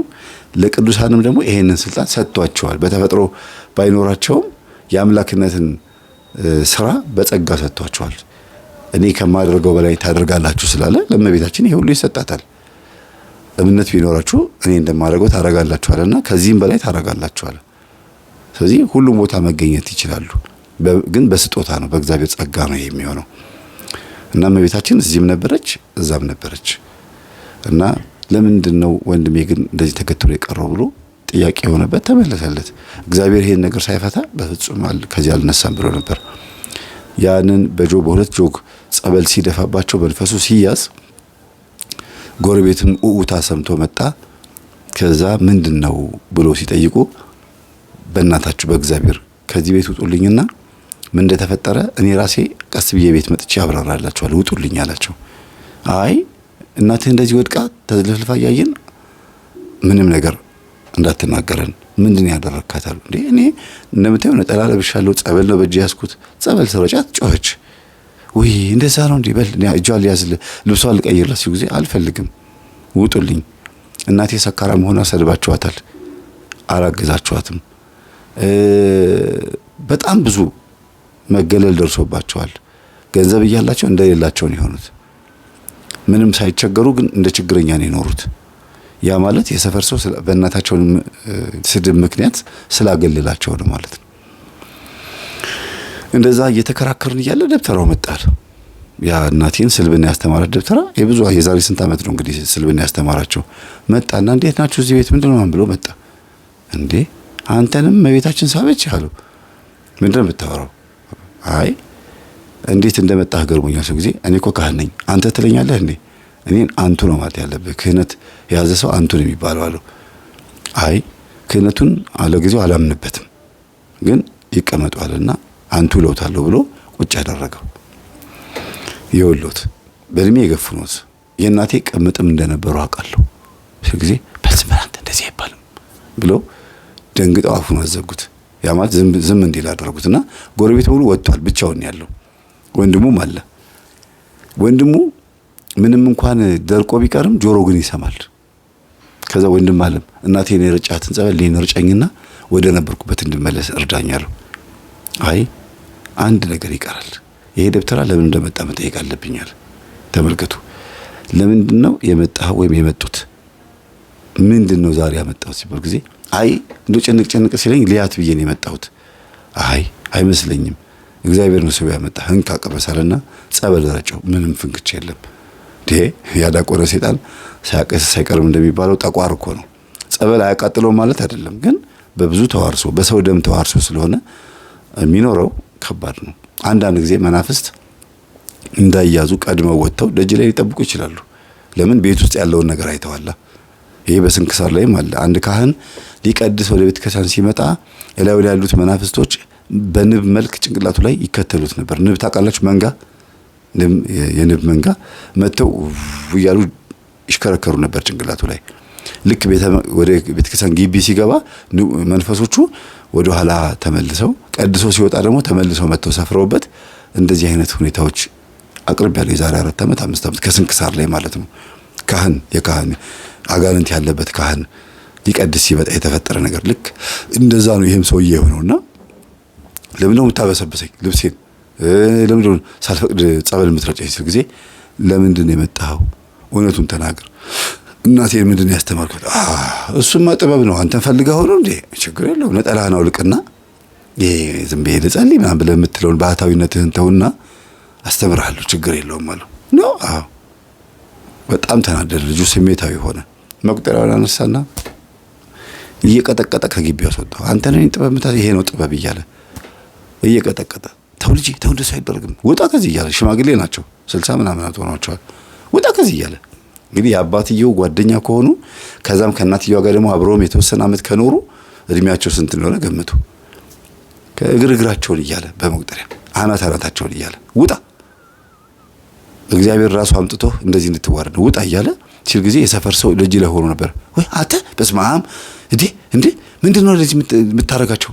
ለምንድነው እኛን አባት እኛ አባት ምንም ዝም በሉ አላሉ፣ ይሄው ቀጠቀጠኝም አላሉ። እያሳደደ እስከ አስፋልት ጥግ ድረስ ሰው ሁሉ ጉድ እስኪል ድረስ። ከዛ ሲመለስ ግን ትንሽ ደነገጠ። ስሜት ውስጥ መግባቱ አናደደውና ምን ነው ካህንም አይደሉ እንዴ እንዴት እንደዚህ ታረጋለህ አሉት። አዎ ግን ምን እንዳደረገ ስለማታውቁ ነው። ነገሩ ሲፈነዳት ይገባቸዋል። የዛን ሰዓት አሬ እኔም አባት ናቸው እኮ ምንድነው ያደረከው ምናምን ሲሉ ጊዜ የእርሶ ንስሐ አባት? አዎ ንስሐ አባት ቀይሩ። ሌላስ የእኚህ ሰውዬ የማን ንስሐ አባት ናቸው? አሬ እኔም ናቸው። በይነ ቀይሪ ንስሐ አባት። ለምን? ሰውየው ጠንቋይ ነው፣ ደብተራ ነው። አይደለም ልጄ ጥበብ እኮ ነው እያሉ ጭራሽ ደብተራው አንደበት አገኘ እና መከራከር ጀመሩ። እናቴ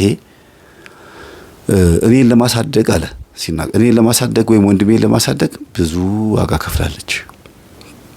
ከዛ ውስጥ አንዱ ስልብና ነው። እንግዲያውስ እናቴ ሁላችሁም ቤት ገብታ ገንዘብ ሰልባችኋለች፣ ጫማ ሰልባለች፣ ቀሚስ ሰልባለች። ከምጣድ ላይ እንጀራ አልሰጥም ስትሏት ደግሞ በዋቃውን ትል በትል አድርገዋለች። በዋቃ ማለት የሊጥ ማስቀመጫ ነው። የማታውቁ ሰዎች ምናልባት የማታውቁት። እንዲሁም ደግሞ ከምጣድ ላይ እንጎቻ እንደሚሰልቡ ሰዎች ከኪስ ውስጥም በቃ ያልተሰለበ የለም። እናቴ ብዙ ነገር ሰልባቸዋለች። ጉዷን ስለደረስኩበት የዚህ ሁሉ ጉድ ደግሞ መነሻው ይሄ ሰውዬ ነው። ልጆቼን ላሳድግ ምን ይሻለኛል ሲል ጥበብ አስተምርሻለሁ ብሎ ይሄ ዕድሜ ልኳን ሰላቢ። ለዚህ ነው እንዲህ ሀብታም የሆናችሁት። ምን ሰርታ ነው ሴትዮ ሀብታም የምትሆነው እያልን ለካ ሰካራም ጠጭ የሆነችው ለዚህ ነው እያሉ ሁሉም ደንግጠው ግር ብለው ቤት ገቡ። ቤት ሲገቡ ልጁ ደረቀ ነው፣ ድርቅ እንዳለ ነው።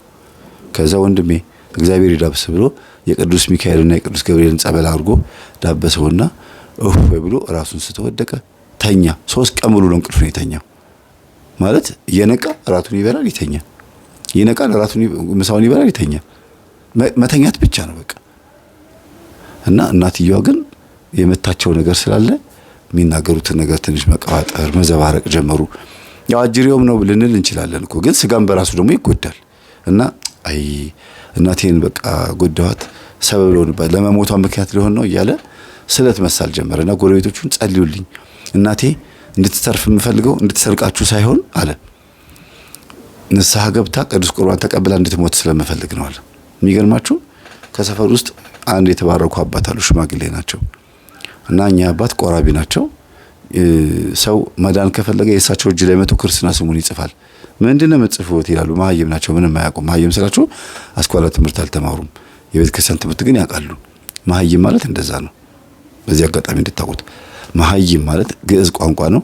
ሃይመነ አወቀ፣ አማኝ ሆነ፣ እምነት ያለው ሃይማኖት ያለው ግን አስኳላውን ያልተማረ የኤሌመንተሪም ሃይስኩልም ወይም ዓለማዊ ትምህርትን ያልተማረ ማለት ነው። ግን ዓለማዊ ትምህርት አልተማረም ማለት ቤተክርስቲያንና አያውቃትም ማለት አይደለም። መሀይም ማለት ሃይማኖተኛ ብቻ ማለት ነው። ዓለም ላይ ምንም ስራ የሌለው ማለት ነው። ለዚህ ነው መሀይም ነኝ የሚሉት እናቶች። እና እኚህ ሽማግሌ ምንም አልተማሩም፣ ግን የቤተክርስቲያን ሰው ናቸው በጣም ከልጅነት ጀምሮና እጃቸው ላይ ሲጽፉለት ምንድነው የጻፍከው ይላሉ። አይ ክርስትና ስሜ ነው አባቴ። ጆሮአቸው ራሱ በደንብ አይሰማም። ክርስትና ስሜ ነው አባቴ ይጸልዩልኝ። አይ እኔ ለኔ ይጸልዩልኝ እንጂ ይላሉ። ለምንድን ነው ብዙ ሰው በህልም ያየዋቸው ይላል። እሳቸው በህልም ከታዩ ፈውስ አለ እዛ ቤት። የሚገርማችሁ በጣም የሚገርሙ አባት ናቸው። እና ለእሳቸው ሄዶ የእናቱን ክርስትና ስም ጻፈ። ኢቭን የእናቱን ክርስትና ስም ራሱ አያውቅም ነበረ። ጎረቤት ነው የነገረው። ሄዶ ጻፈና ሰጣቸው። እኛ አባት ከሳምንት በኋላ እዚህ ቤት ደህና ናችሁ መዳን ለዚህ ቤት ይሁን ብለው ገብተው ግንባሯን ዳበስ አድርገው ወጡ። እኚህ ሴትዮ ከታመሙበት ተነስተው አብረዋቸው ከኚህ ሽማግሌ ጋር አብረው ቆርበው እኔም እዛ ቤት ላይ መገኘት ያለብኝ ሰዓት ላይ ተገኝቼ ሁሉ ችግር ሲፈጠር እኔ አልነበርኩም። ተገኝቼ የተፈጠረውን ችግር ነግሮኝ እና ንስሐ ገብተው ለቅዱስ ቁርባን በቅተው እናትየዋ ወንድሙም ያው ድኗል ኦልሬዲ በዛ ሰዓት። በነገራችን ላይ እመቤታችን ተአምሯን ልታሳይ ስለፈለገች ነው ይሄን ያደረገችው እንጂ ፓራላይዝ ሽባ የምታረግ ሆነ አይደለም። ይገባችኋል። ብዙ ተአምር በዚህ ልክ ተሰርቷል። ይሄ ነው ብዬ ሰዓት ማርዘም አልፈልግም። እና እኚህ እናት ይሄን ሁሉ ነገር ካከናወኑ በኋላ ይጠፋሉ። የት እንዳሉ አይታወቅም። አሁንም ይሄ ልጅ የኚህ ሽማግሌ እጅ ላይ ክርስትና ስማቸውን ጽፈው ከስር እናቴ ወደ ቤቷ እንድትመጣ አድርግልኝ ቅዱስ ገብርኤል ብሎ በቅዱስ ገብርኤል ቃል ነበር የሚቆርቡት እኛ አባት። ቆርበው ሲመለሱ ተያይዘው መጡ ሽማግሌውና ሴት። አንቺ ደህና ነሽ? ልጆችሽ ተጨንቀው ምናምን ብሎ ይዘዋቸው መጡ። እንዴ አባቴ የት አገኘኋት? ቤተክርስቲያን አገኘኋት። እማዬ የት ነበርሽ? ቤተክርስቲያን ውስጥ ነበርኩ። የት እንዴት የት የምታድሪው? እኔ እንጃ የት እንደማድር አላውቅም። ለቅዳሴ ቆሜ ነው ራሴን ማገኘው እንጃ። አሁንም ራሱ አልተፈታላቸው። ዘበኞች ሁሉ ጠይቀን ነበረ። አይ እዚህ አታድርም፣ እዚህ ግቢ ውስጥ አላደረችም ነው የሚሉት። ሴትዮዋ ለቅዳሴ ወይም ለሰዓታት ለማህሌት ነው ራስ ነቅተው ካሉበት መጥተው የሚቆሙት። የት እንደሚያድሩ ግን አያውቁም። እና ተሰውራ ነው ሴትዮ እንደዚህ የምትሆነው እስኪሉ ድረስና መንፈሷ አለቀቃትም ወይስ ምን እያደረገች ያጭበረበረችኝ ነው አላምነውም እኮ ያሾክሻኪ መንፈስ እያለ ግራ ገብቶት እንደገና መልሶ ደወለልኝ። ለኔም ትንግርት ነው እግዚአብሔር ያደረገልህ ነገር ጻፍ ዝም ብለህ ተገኝተዋል። ከዚህ በኋላ አንተ ወስደህ አስቆርባቸው፣ አንተ ወደ ቤት አምጣቸው። ከምንረዳቸው ወንድሞች መካከል አንዱ ነው የሆነው። በቀደም እርዳታ ዶኔሽን አድርገን አልነበረም? ለምን ስራ ካልሄደ ገንዘብ ከየት ይመጣል? የሚገርማችሁ ነገር ሴትዮዋ ደግሞ ወደ ልቦናቸው ካልተመለሱ ገንዘብ ከባንክ ሊወጣ አይችልም፣ ወደ ራሳቸው ካልተመለሱ እና ቆሞ መራመድ ነው እንጂ የቻሉት አእምሯቸው አልተመለሰም። መፈረምም አይችሉም፣ ባንክ መሄድም አይችሉም። ግን ብዙ ብር እንደተቀመጠ ያውቃል። ወደ ልቧ ስትመለስ ገንዘቡን ስለማገኘው አበድረኝ ወይም ደግሞ እርዳኝ ለግሰኝ እያለ ሀብታም እስከ መርዳት ደርሰናል ማለት ነው። እና ዘይትም ፓስታው መኮሮኒውም አጠገቡ ካሉ ሱቅ እናንተ ከላካችሁት ገንዘብ ገዝቼ ይዤ ገባሁኝ። እርዳታው ይሄ ነው ብዬ ይዤ ገባሁኝ። ከዛ እኚህ እናት ልክ እንደ መጥምቁ ዮሐንስ አባት እንደ ካህኑ ዘካርያስ ልጄ አግባና ወግ ማረግን አሳየኝ ሲሉ አንደበታቸው ተከፈተ። በጣም የሚገርማችሁ ነገር ወግ ማረግን አሳየኝ። ይሄን ያክል የቤቱ ትንሽ ልጅ ሆነ ይሄን ያክል እኔ እናትህ ለቁም ነገር ካበቃ ይበቃል። ከባንክ ላይ ገንዘብ አወጣለሁ፣ አግባ፣ ያለኝን ትወርሳለህ። አይ እማዬ በስልብና የመጣ ገንዘብ አልነካም። ከገንዘቡ ላይ ግን ከ110 አስራት ይወጣል፣ ከዛ መባ ይወጣል፣ ከዛ ነዳያንን እንመግባለን። የተረፈውን ገንዘብ ነው ቁም ነገር ላይ የምናውለው፣ አለበለዚያ የበከተ ገንዘብ ነው። ሲመርቁን ምርቃቱ ለብሩ ይሆናል ብሎ ነግሯቸው አሁን ሚስት እየፈለገ ነው ማለት ነው። እየፈለገ ነው ስላችሁ ለማግባት ዝግጁ ነው ማለት ነው በአማርኛው ቀለል አድርጌ። ግን የሰላቢው መንፈስ እቤታችን ውስጥ አለ። ለምን ያስቀመጥኩትን ዕቃ ማግኘት አልቻልኩም? እናቴ ተደብቃ የምታነሳው ይመስለኛል። ካሜራ ገጠምኩ አለ። ካሜራ ኖርማል ሳይሆን ስልኩን በፕላስተር ግድግዳ ላይ አስይዞ ኦን አድርጎት ስልኩን በፓወር ባንክ ሰክቶበት ወደ 500 ምናምን 12 ጂቢ ሚሞሪ ካርድ አለ። በዚህ አጋጣሚ ትንሽዬ የስልክ ሚሞሪ ካርድ ሆና 512 ጂቢ ወይም 1 ቴራባይት ሚሞሪ ማግኘት የምትችሉ ከሆነ ብታመጡልኝ ደስ ይለኛል። የለም እዚህ ያለው ፌክ ነው ኢትዮጵያ ውስጥ ያለውና በጣም አስፈላጊያችን ነውና እሱን ሚሞሪ ገጥመን ማን እንደሚሰልብ ሁሉ ለማወቅ ሞክረን ነበርና እናትየው ከተኙበት አይነሱም። እቃውም አለ ግን ልጁ ተዘናግቶ በሆነ አጋጣሚ ሲፈልገው ያጠዋል። ካሜራ ውስጥ ራሱ አናገኘውም። እንዴት እንደጠፋ ፊት ለፊት የተቀመጠ እቃ ነው። አስቡት። ሲሰወርም ምንም ሲልም አናስተውልም። እንዴት ስልብ አይደለም የሚለው የለም በቃ በቦታው መዘናጋትም አለ። ግን እናትየዋ ተነስተው እንዳላደረጉት እርግጠኛ ነው። ወንድሙም ይሄንን እንደማያደርገው እርግጠኛ ነው። ለምን ጸበል እንሂድ ብለው እና ታላቅ ወንድሙና እናትየዋ ጸበል ቦታ ላይ ይዟቸው ሄዶ ነው ቤቱን የቀረጸው ማንም በሌለበት። እና ከጎረቤት አለ እንደ ሰላቢ ብሎ ግራ ገብቶት እናቴ ስልብናውን ለሌላ ሰው ማስተምራለች እንዴ ብሎ ጎረቤት ይሩስ ከመጠየቅ ድረስ ደርሷል። አሁንም ሰላቢው መንፈስ አለ ብሎ ቢል አጣው ማለት ሊያገኘው አልቻለም። በጣም የሚገርማችሁ ነገር መጨረሻ ላይ እኔ እዚህ እህል መፍቻ መጽሐፍ እጽፋለሁ አይደለም፣ እሱን ጽፌ አጠናቅቄ ጨርሼ ለህትመት ከበቃ በኋላ አንዳንድ መስተካከል የሚገባቸው ነገሮች ነበሩና እሱን ለማስተካከል መጽሐፌን ቼክ እያደረኩ ያለ የሆነ መጽሐፍ እያነበኩኝ የራሱ ሰላቢ ራሱን በራሱ የሚሰልብ የሚል ነገር አየው። እንዴ ይሄ ልጅ አልኩኝ። ደነገጥኩ። እግዚአብሔርን ያስነበበኛል። ይሄ ልጅ ራሱ ይሆን እንደሚሰልበው ራሱ ላይ ነው ያለው። የእናቱ መንፈስ ራሱ ላይ መጥቷል ማለት ነው። ምክንያቱም እንዲህ ሊሆን እንደቻለ ብቻ መገመት አለብኝ አልኩኝና እንደገና ራሱን የሚቀርጽ ሌላ ስልክ አዘጋጀው። ሌላ አልትራ ማለት ነው። እና አልትራ ይሰለበብኝ ሰረቃት እና ጧት ነው ሄድኩት። ጧት ምክንያቱም እንዳይወጣ ተነስቶ እንዳይወጣ ጧት ሄድኩኝ። አንኳኩቼ ገባሁኝ። ከዛ የታለ ስልክ አልኩት። ስልኬ ይሆን አለኝ። የኔስ አልኩት። ያንተ ስልክ እዚህ ምን ያደርጋል አለኝ። እንዴ ተጠራጥሬ እኔ እኮ ስልክ ገጥሜ ነው ሄድኩት። ምን ላድርግ ታዲያ አልኩት። የታለ እኔ እንጂ አለኝ። እስቲ እንፈልገው ብለን ስንፈልገው የራሱ ኪስ ውስጥ አገኘሁት። እንዴ ማን የከተተው አለ። እኔ እንጃ እንግዲህ አንተ ራስህ እንግዲህ ያ ሁሉ እንቆቅልሽ የነበረብህ ወይ ማን ነው የሚሰልበው? እናቴም የለችም ጎረቤቶችም ማን ነው የሚሰልበው ብለህ እንደ ማጂክ አስማተኛ እንደገባ ስልብ እንደሚል አድርገህ ያሰብከው ራስህ ነህ። ስለዚህ አንተ ነው የሰረከው አልኩት። በስመ አብ ወወልድ ወመንፈስ ቅዱስ አለ። ስልኩን ስናየው ስልኩ ጋር መጥቶ እንደዚህ ብሎ ስልኩን ሲያነሳ አሁን ይሄ ስልክ ከሆነ ኮል ሪከርድም እንደዚህ አድርጌያለሁ። በነገራችን ላይ ሁላችሁ ይሄውን ሪከርድ እያደረገ አይደለ? ስልኩ ጋር መጥቶ እንደዚህ አድርጎ ሲወስደው ሪከርዱ ይታያል። ከዛ በኋላ ሲያጠፋው ስዊች ኦፍ ሲሆን ቪዲዮ ሪከርዱ ይቋረጣል ማለት ነውና ያው አየኸው መታ አንስተዋል አልኩት። በስመ አብ ወወልድ ወመንፈስ ቅዱስ። እናቴና ወንድሜ ወደ ቤት ይመለሱና እኔ ጸበል ልግባ አለ። ኃይለኛ መንፈስ ነው። ከዛ ጸበል ቦታ ሆኖ ደግሞ ሲታገል ምን ሲል ለካ ራሱ ሰላቢ እንዲሆን ያደረገው ያ እየገረፈ ያባረረው ደብተራ ነው። ተበቀልኩ ብሎ ማለት ነው። ከዛ ወይኔ አገኘኝ ልጠይቀው ሲሄድ ደብተራው ከርቀት ቁጭ ብሏል።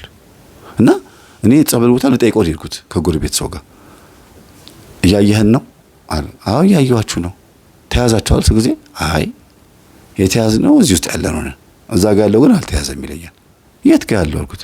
ቆመናል እኮ እዛ ደብተራው እኮ እዛ ጋር ቆመናል። ዞርና ሲጀርባ ዞር ስል ቆሟል። ይሄ ነው እንዴ ደብተራው አልኩት። አዎ እሱ ውስጥ ነው ከሱ ነው የመጣ ነው። ለምን እዚህ መጣ? አይ እያወራሁት ዞር ስል የለም ሰውየው። በስመ አብ ወወልድ ወመንፈስ ቅዱስ ብዬ ጥበቃዎቹን አሁን እዚህ ጋር ካህን ቆሞ ነበር አልኳቸው። አዎ አሁን ይሄዳሉ። ሲሄድ ታክሲ ውስጥ ገብቶ ሄዷል። አየሁት ሲገባ። ካህን ነው ጠምጥሟል እኮ የሚገርማችሁ። ምን ሊያደርገው አስቦ ነበር ይሄ ልጅ አልኩኝ። ደነገጥኩኝ ራሴ። ለምንስ ሄድ አልኩኝ። መናፍሶቹ ግን እያወሩ ነበር። መናፍሶቹ የሚያወሩት እዚህ ጋር ነው። እዛ ጋር ሰውየው ላይ ደግሞ ሐሳቡም እያወራ ነው። እንዴት ብዬ ልግለጽላችሁ? ይሄን እስቲ ዞረህ ነው ያሉኝ መናፍሶቹ። ያው ዞርና ይሄን ያሉት። ስለዚህ እዚህ ነው የሚያወሩት። ማይክሮፎኑ የልጁ አንደበት ነው እንደ ማይክ የሚጠቀሙበት ቀዳዳ። እዛ ጋር ግን ቆሟል ደብተራው። ስለዚህ በሐሳብ ነው የሚያወራኝ። እዛ ጋር ያስባል፣ እዚህ ጋር ደግሞ ማናገር ያለውና ድንገት ዞር ስል ደግሞ የለም። እና በጣም ምንድነው ግን ለምንድነው ግን የሚጠመጥሙ ሰዎች በዚህ ልክ እግዚአብሔርን የሚሳደቡት ነው የሚንቁት? ለምንድነው ጥምጣሙን የሚያዋርዱት ብዬ እውነት የዛን ቀን አልቀሻለሁ። እውነት ወደ ቤት እየሄድኩኝ በጣም አለቀስኩኝ። ካህን ጥበቃውን እንዴት እንደዚህ ትላለህ እንዳይለኝ ካህን ነበሩ ስለው አዎ ነበሩ እዚህ አሁን ነበሩ ሄዱ አለኝ። አይቷቸዋል። ከዛ ተመልሼ ልጁ ጋር ሲሄድ ወደ ልቦ ነው ተመልሷል ልጁ። እንዴ መምህር መጣ እንዴ ብሎ ሰላም ይለኝ። ነበርኩኝ እኮ አልኩት። እዚህ አለኝ። ነበርኩኝ እኮ። እንዴ ታዲያ ወዴት ሄደህ ነው አለኝ። አንተ ላይ ድግምት ያደረገብህ ደብተራ ቆሞ ነበረ። ላናግረው ዞር ብዬ ሳይ የለም። ስሮጥ ታክሲ ውስጥ ገብቷል አልኩት። እንደ ህልም ሆኖ ነበር የሚታየኝ ማለት ነው። ተኝቼ እኔ እኮ ከተኛውበት የተነሳው ነው መሰለኝ አለኝ። ወይ የሰው ልጅ የስንት አይነት መንፈስ መጫወቻ። ምን አለ ቅዱስ ሚካኤል እንደዚህ እየተመላለሰብን፣ ቅዱስ ገብርኤል እንደዚህ እየተመላለሰብን ጽድቅ ብንሰራ። አጋንንት በዚህ ልክ ሰው እንደዚህ ትሪክና ማጂክ ሲያደርገው፣ እንደዚህ የሆነ ትወና ውስጥ ሲከተው ሰው ምን አለበት ወዶ ፈቅዶ ጾሞ ጸልዮ የቅዱሳን መመላለሻ ቢሆን፣ የቅዱሳን ሐሳብ ማንሸራሸራ ቢሆን ብዬ ብሽቅ ያልኩ እየተናደድኩ ነው ቀርኩት።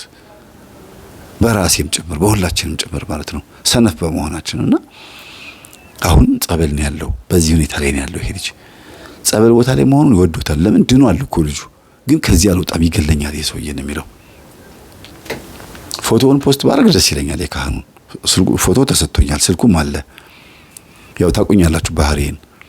እኔ አባቶች ጋር ሄጄ ሳላመለክት ምንም አይነት ነገር ለህዝቡ ይፋ አላረግም። በአንድም በሌላ መንገድ እግዚአብሔር ስለሚያስተምር።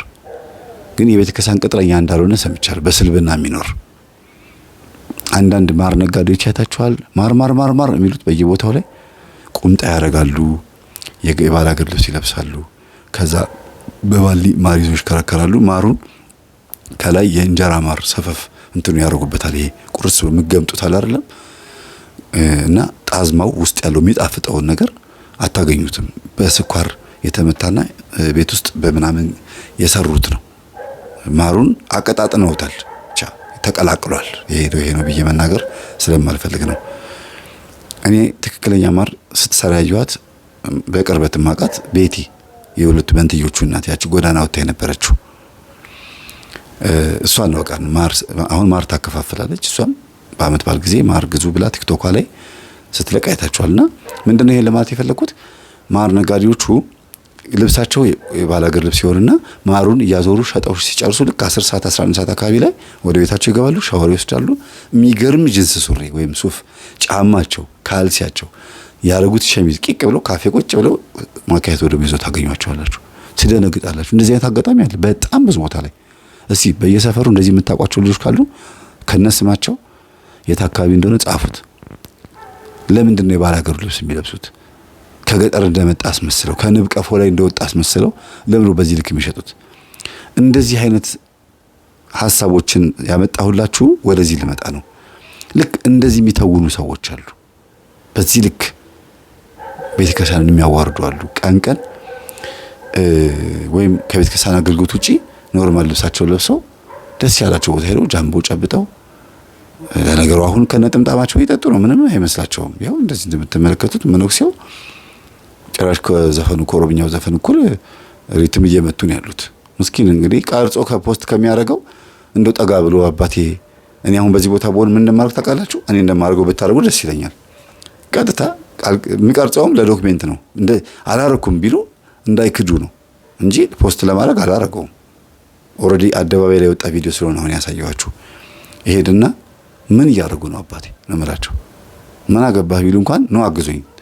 ቆብ አድርገዋል። ቤተክርስቲያንን የሚወክሉት መነኩሴ ልብስ ለብሰዋል፣ መስቀል ይዘዋል። ስለዚህ ቤተክርስቲያንን የሚወክሉ አባት መገኘት የማይገባቸው ቦታ ላይ ተገኝተዋልና እኚህ ሰውዬ ከዚህ ቦታ እናውጣቸው ብዬ እየጎተትን ይዘን ወተን ወይ ቤተክርስቲያን ግቢ ወይ የሆነ ሰው ቤት ቆልፈንባቸው ስካራቸው እስኪለቃቸው ድረስ አስቀምጠን ለምንድን ነው የገባሁት ማን የቆለፈብኝ ብለው እንዲጠይቁ።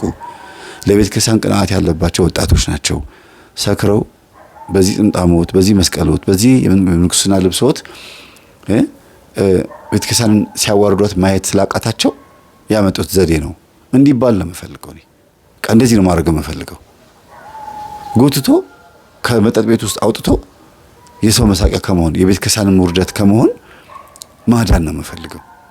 የፈለገው ቢሳደቡ በህግ አምላክ ቢሉ ዘረፈኝ ሌባ ነው ቢሉ ይበሉ። ለማን ስል? ለቤተክርስቲያን ስል ማለት ነው። በዚህ ልክ ነው ቤተክርስቲያንን እንደዚህ ማስብላት ከሆነ ለምን ቪዲዮ አወጣለሁ? አላወጣምና ከምትቀርጿቸው ብትነግሯቸው ይሻላል ብዬ አስባለሁ። ቀርጻችሁም ደግሞ ምናልባት ዶክሜንቱን ለቤተክርስቲያን አስተዳዳሪ፣ ለአንዳንድ ሰዎች፣ ለቅርባቸው ላሉ ሰዎች ብትሰጡ ነው የሚሻለው። ሞርኒ በቪዲዮ ቢጋለጥ ብዬ የማስበው ሰው ላይ ድግምት የሚሰራ አስማት የሚሰራ ተንኮለኛ ክፋት የሚሰሩ የሚሰልቡ ሌቦችን ማጋለጡ ምንም ችግር የለው። እንደኔ ግን እኔ ጋር በጣም ብዙ ዶክሜንት ስላለ ስለበዛ ተገዝቼ ነው ስለተገዘትኩ ነውና አስፈቅጃለሁ፣ ተፈቅዶልኛል። የተፈቀደልኝ ግን ሊሚት አለው፣ ገደብ አለው። ወደዚህ ስንመጣ ምንድነው እንደዚህ አይነት ርዕስ እንዳነሳ የሚያደርገኝ ይሄ ሰውዬ ደብተራው እንደዛ ነው። እኚህ ሰውዬ ልበል እንጂ በጣም ይሸብተዋል። ሽማግሌ ናቸው፣ ካህን ናቸው። ቆባቸውን ጥምጥማቸውን አውልቀው ቦርጫቸውን አንዘርጠው ከጎረምሶች ወይም ከወጣቶች ከሽማግሌዎች መካከል ግሮሰሪ ገብተው ይጠጣሉ። ኑ ንስሐ ግቡ፣ ኑ ቁረቡ ማለት በሚገባቸው እድሜ በባካችሁ ከመጠጥ ቤት ውጡ በሚባልበት እድሜ ለምን ሲባል ተዋርሶ ነው። የተዋረሱት የስልብና መንፈስ እና አሃቤ ና ወደኔ ብለው የጠሩት መንፈስ እሳቸው ውስጥ ያለው መንፈስ ብዙዎቹን ከቤተ ክርስቲያን ወደ ዓለም ነው የሚጎትተው እንጂ ከዓለም ወደ ቤተ ክርስቲያን አይስብም። እና እንደው ባካችሁን በየቤቱ በጣም ብዙ ጉድ አለ። እኚህ እናት ወደ ልቦናቸው ተመልሰው ስልብናቸውን ትተው ምንም እንኳን ቆራቢ ቢሆንም ግን ስንቶቹን መንፈስ ልከውባቸው ሰለቧቸው። የተሰለቡትም ደግሞ እናቶች ስንቶቹ ልጆቻቸው ተሰለቡ። አረብ ሀገር ሄደው የተሰለቡ አሉ፣ የሞቱ አሉ፣ በበረሃ የጠፉ አሉ፣ እዛው ሰፈር ውስጥ እዛው መንደር ውስጥ። ለምን ሴትዮዋ ሄጄ ሰልቢያቸው ነው ለዚህ የዳረኳቸው ነው የሚሉት አሁን ዛሬ ሴትዮዋ። ጎረቤት ግን ይሄን ማመን አልቻለም። አንቺ ደግሞ ልጄ በራሱ ጊዜ ነው ተሰዶ እንደዚህ ሆነ። አይደለም የኔው ነው፣ ይኸው ትምህርቱን እያዳመጥኩት ነው፣ በየቀኑ እየገባው ነበር መሰልባችሁ ብሎ ሴትዮዋ ተናግረው እንኳን አላመኑም። የዚህን ያክል የልብ መደፈን አጋጥሞናል። እና ቢቸግር እኔ ሰብስቤያቸው ማማ ቤት እኚህ ሴትዮ ቤት ማለት ነው ሰብስቤ መንደሩን ሴቶች ሰላቢ ማለት ይሄ ነው። ሲሰልብ ገንዘብ ብቻ ለሚሰልበው ገንዘብ ልብም ይሰልባል፣ ጊዜ ይሰልባል፣ ንቃተ ህሊና ቀደም እንዳልኳችሁ ሁሉ ነገር ይሰልብባቸዋል። እና ልጆቻችሁ እስቲ ይዋቸው ሰፈር ውስጥ አግብታ ወጣ በግማሽ በከፊል ማለት አግብታ ወጣ ተመልሳ ባሏን ፈታ መጣ ከእናት ጋር የምትኖር ከአባት ጋር የሚኖሩ ናቸው ልጆቻችሁ። አንዳንዶቹ ደግሞ አላገቡም ልጅም ወልደዋል። የልጃቸውን አባት መጥተው አይጎበኛቸውም። ምናልባት የልጃቸውን አባት አያውቁም። አንዲት ልጅ ብቻ ለምሳሌ ሰንበት ተማሪ ናት። የሚገርማችሁ ምሳሌ የምትሆን ተገኘች ወይ እሷ የተባረከች ይኸው አንገቷን ደፍታ ቤተ ክርስቲያን ትሄዳለች። ስትመጣም ወደ ቤቷን የምትገባው እሷ ብቻ ወግ ማድረግ አይታ ይኸው 3 ወልዳ ቁጭ ብላለች ተባለ። ትዳሯ ላይ ነች ያለችው፣ ግን እሷም ፈተና ውስጥ ናት። ያው የኛን ትምህርት ስለማትደግፈው ነው እንጂ ብትለወጥ ደስ ይለኛል። ዛሬ ይሄን ገጠመኝ እንደምለቀው ያውቃሉና ሁሉም በዛ አካባቢ ላይ ያሉት ልጆች ሴትዮዋ የጎበኘቻቸው በጥንቁልናም በስልብናም በተለያዩ ነገሮችም እንደዚህ አይነት ነገር ያላቸው ሰዎች ጎረቤታማቾች በበዓል ጊዜ እንኳን አደረሰሽ ቡና ጠጪ ምናምን ቢባባሉም እንጀራ እስቲ አምጪ፣ ያው ሶሻል ላይፉን ወደዋለሁ፣ እንግዳ መጥቶብኛል፣ በርበሬ አቅቤ፣ ሽሮ ስጭኝ እስቲ፣ ሽንኩርት፣ ቃሪያ ምናምን ይባባላሉ። ችግር የለውም። እህል ሲያሰጡ ያቺም ሽሮን ትዘግናለች፣ ያቺም በርበሬውን ያረጋሉ። አንዳንዶች ብልጥ ናቸው። በርበሬ ሲሰጣ ወይም ሽሮ ሲሰጣ ከሰል ጣል ያረጉበታል አይን እንዳያርፍበት ተብሎ አይታችኋል። ለዚህ በርበሬ በሚሰጣበት ሰዓት ቡዳ እንዳይበላው ተብሎ የሚሉት እነሱ ሌላ ነው። አይ ዝም ብለው ነው እኮ እንትን ንፋስ ማዳበሪያው እንዳያነሳው ነው ይላሉ። ግን አይደለም። አይኑ ልክ ሲወረወር ሽሮ ላይ አይደለም የሚያርፈው ከሰሉ ላይ ነው የሚያርፈው ብሎ ነው የሚያስቡት ሰው በሰውኛ። ስለዚህ ሰይጣን ሞኝ ነው። ከሰሉን አይቶ ወይኔ ሽሮ አመለጠኝ ከሰሉን ቀድሜ ያየሁት ይላል ማለት ነው። የዋህነታቸውን ብልጠታቸውን አደንቃለሁ። ግን ምድራዊ ዘዴያቸው ደግሞ ያስቀኛል። የዋህነታቸው ማለት ነው። ፍሪጅ ራሱ አሁን ሲከፈት አንዳንድ ሰዎች ቤት አይታችኋል። ፍሪጅ ሲከፈት ከሰል አለ። ሁሉም ብረት ላይ በረዶ ክፍል ላይም ከሰል አለ። ምክንያቱም ስጠይቋቸው ከሰል የፍሪጁን ሽታ ሰብስበው ይይዛል ብሎ ተፈላስፈውበታል። ግን ከሰል ፍሪጅ ውስጥ ማስቀመጥ የጀመሩት እናቶች ናቸው። ለምን ሲባል ጎረቤትም ምንም መጥቶ ልክ መሰው ክፍት እንደሚደረግ ሁሉ ፍሪጁን እስቲ ምን አለ ብሎ ክፍት ሲያደርጉት ያን ምግብ ሳይፈቀድላቸው እንዳያነሱትም ሊሆን ይችላል፣ ቡዳም እንዳያዩ ሊሆን ይችላል። ዋና ምክንያቱ ይሄ ነው። ግን ያው ሳይንሱ ከሰል ፍሪጅ ውስጥ ሲቀመጥ ሽታውን ይሰበስባል። ከሰል ውስጥ ሽታው ስለሚቀመጥ ከሳምንት በኋላ ከሰሉ ይጣላል፣ ሌላ ከሰል ደግሞ ይተካል ይላሉ። ያው እንደንትናቸው ግን ማንም አይሸወድም እንደዚህ ብሎ እና ምንድነው በጉርብትና መካከል እንደዚህ አይነት ሶሻል ላይፍ የኖሩ ናቸው አብዛኞቹና ተነካክተዋል። ያቺኛዋ ላይ ያቺ ላይ እንደዚህ ምናምን ብዙ ነገር አለ በመናፍስቱ ጉዳይ። ቡና በመጠጣትም በሐሜቱም በመተት በመወራወርም ለዚህም ነገር ቅርብ ናቸው። መንደር ግቢን ባልደግፈውም መንደርንም ደግሞ በአንድ በኩል እንትን ምለው በጣም ምፈራውም ደግሞ በዚህ ነው። ለመጥፎም ለጥሩም ቅርብ ናቸው። ግን የራስ ግቢ ይዞ ከመቀመጥ እውነት የነመላችሁ እንትን ይሻላል፣ መንደር ይሻላል። ለመማማር የሚመች ሲለወጡ አንዴ በጣም ደስ የሚሉት ሰብስቢያቸው ካስተማርኳቸው በኋላ ሁሉም በየቤታቸው ጸሎት ክፍል ስራልን ያሉት ቢያንስ ወደ 7-8 ቤተሰቦች ማለት እነሱ ደግሞ መጸለይ መትጋት ሲጀምሩ ሌሎች ቤተሰቦቻቸውን ይቀይራሉ ማለት ነው። እንደዚህ ያደርጉን ይቀይሩትና ልክ ይሄንን ባደረጉ እሺ ብለው ሰምተውኝ ከልከሌውስ የሚባለው ማን እንደሆነ የሰላቢ መንፈስ ሌቦች የመቃብር አፈር ይዘው መተው ሰዎችን ሲሰልቡ ያለው ነገር እኚህም እናት ይሄን እንደተጠቀሙበት ምናምን ነግሬያቸው አምነው ሴትዮዋ አዋርግ ያለው ብለው አምነው ወይ ጉድ አንቺ የሁሉ ዘመን ስትሰልቢ ይኖርሻል ብለው ደንግጠው ግን ወደ ቤታቸው ሄደው መስገድ መጸለይ ከገዲት የመጣችሁ መናፍስት ታሰሩ በሉ እሺ ብላ ተናግራ ሴትዮዋ ራሷ ራሷን እኮ ነው። ለምሳሌ ስም ጠቅስ ጥሩ አይደለም፣ ግን ለምሳሌ ብዬ ብጠቅስም እኮ ደስ ላይላችሁ ይችላል። እገሊት ከገሊት የመጣ ሴትዮዋ ራሷ እኮ ልጅ የምትለው እኔ ገሊት ነኝ አለች። ከገሊት የመጣ መንፈስ ታሰር በሉ። እኔ በደህና ጊዜ ሰልቤ ገንዘብ አጠራቀም ያለው ገንዘቡም አይጠቅመኝም አይረባኝም፣ የተቸገረ ካለ እሰጠዋለሁ። ግን ከኔ የመጣባችሁ መንፈስ ያ ሰላቢ የሆነ ደብተራ ተጫውቶብኛል። ምንድነው የለውም ይባላል። ብቻ የሆነ ተረት አለው ትንሽ ባለጌ ስለሆነ ይቅርብን እና ይሄ ደብተራ ተጫውቶብኛል፣ አሮጊት ነች ብሎ እንኳን አልተወኝም እያሉ ቀልደው ጎረቤቶቻቸውን አስቀው ወደ የቤታቸው ከበተኑ በኋላ ጸላይ መሆኑን ከጀመሩ በኋላ ጎረቤቶቻቸው 2 ሴቶች ወደ ባላቸው ታርቀው ሄደዋል። 2 ሴቶች ታረቁ፣ ወደ ትዳራቸው ተመለሱ ማለት ነው። ደስ አይልም? ይሄ የእናቶች ደግሞ ጸሎት የሰራው ስራ ነው። ባሎች ናቸው ራሳቸው መጥተው መታረቅ የፈለጉት። ለምን? ተይዘው ነው፣ ስለተያዙ እኮ ነው። እና ትምህርት በተስፋፋ ቁጥር ሰው ወደ ንስሐ ይመጣል፣ ወደ ቅዱስ ቁርባን ይመጣል፣ ጸበል ወደ መጠመቅ፣ ወንጌል ወደ ማዳመጥ ይመጣል እንጂ ኪሳራ የለብንም። የአምላካችን ስም የተመሰገነ ይሁን። አስተምረን አልከሰርንም። እናንተን የመሰሉ ተማሪዎች አግኝቻለሁ። ከዛም አልፎ ተርፎ ደግሞ ትምህርቴን ከመጀመሪያው እስከ መጨረሻው ድረስ ሁሉም ሰው ያዳምጠዋል። መሀል ላይ እንኳን የሚያቋርጥ የለም። የሚያቋርጥ ካለም ነገ ይቀጥለዋል ብዬ ነው የማስበው።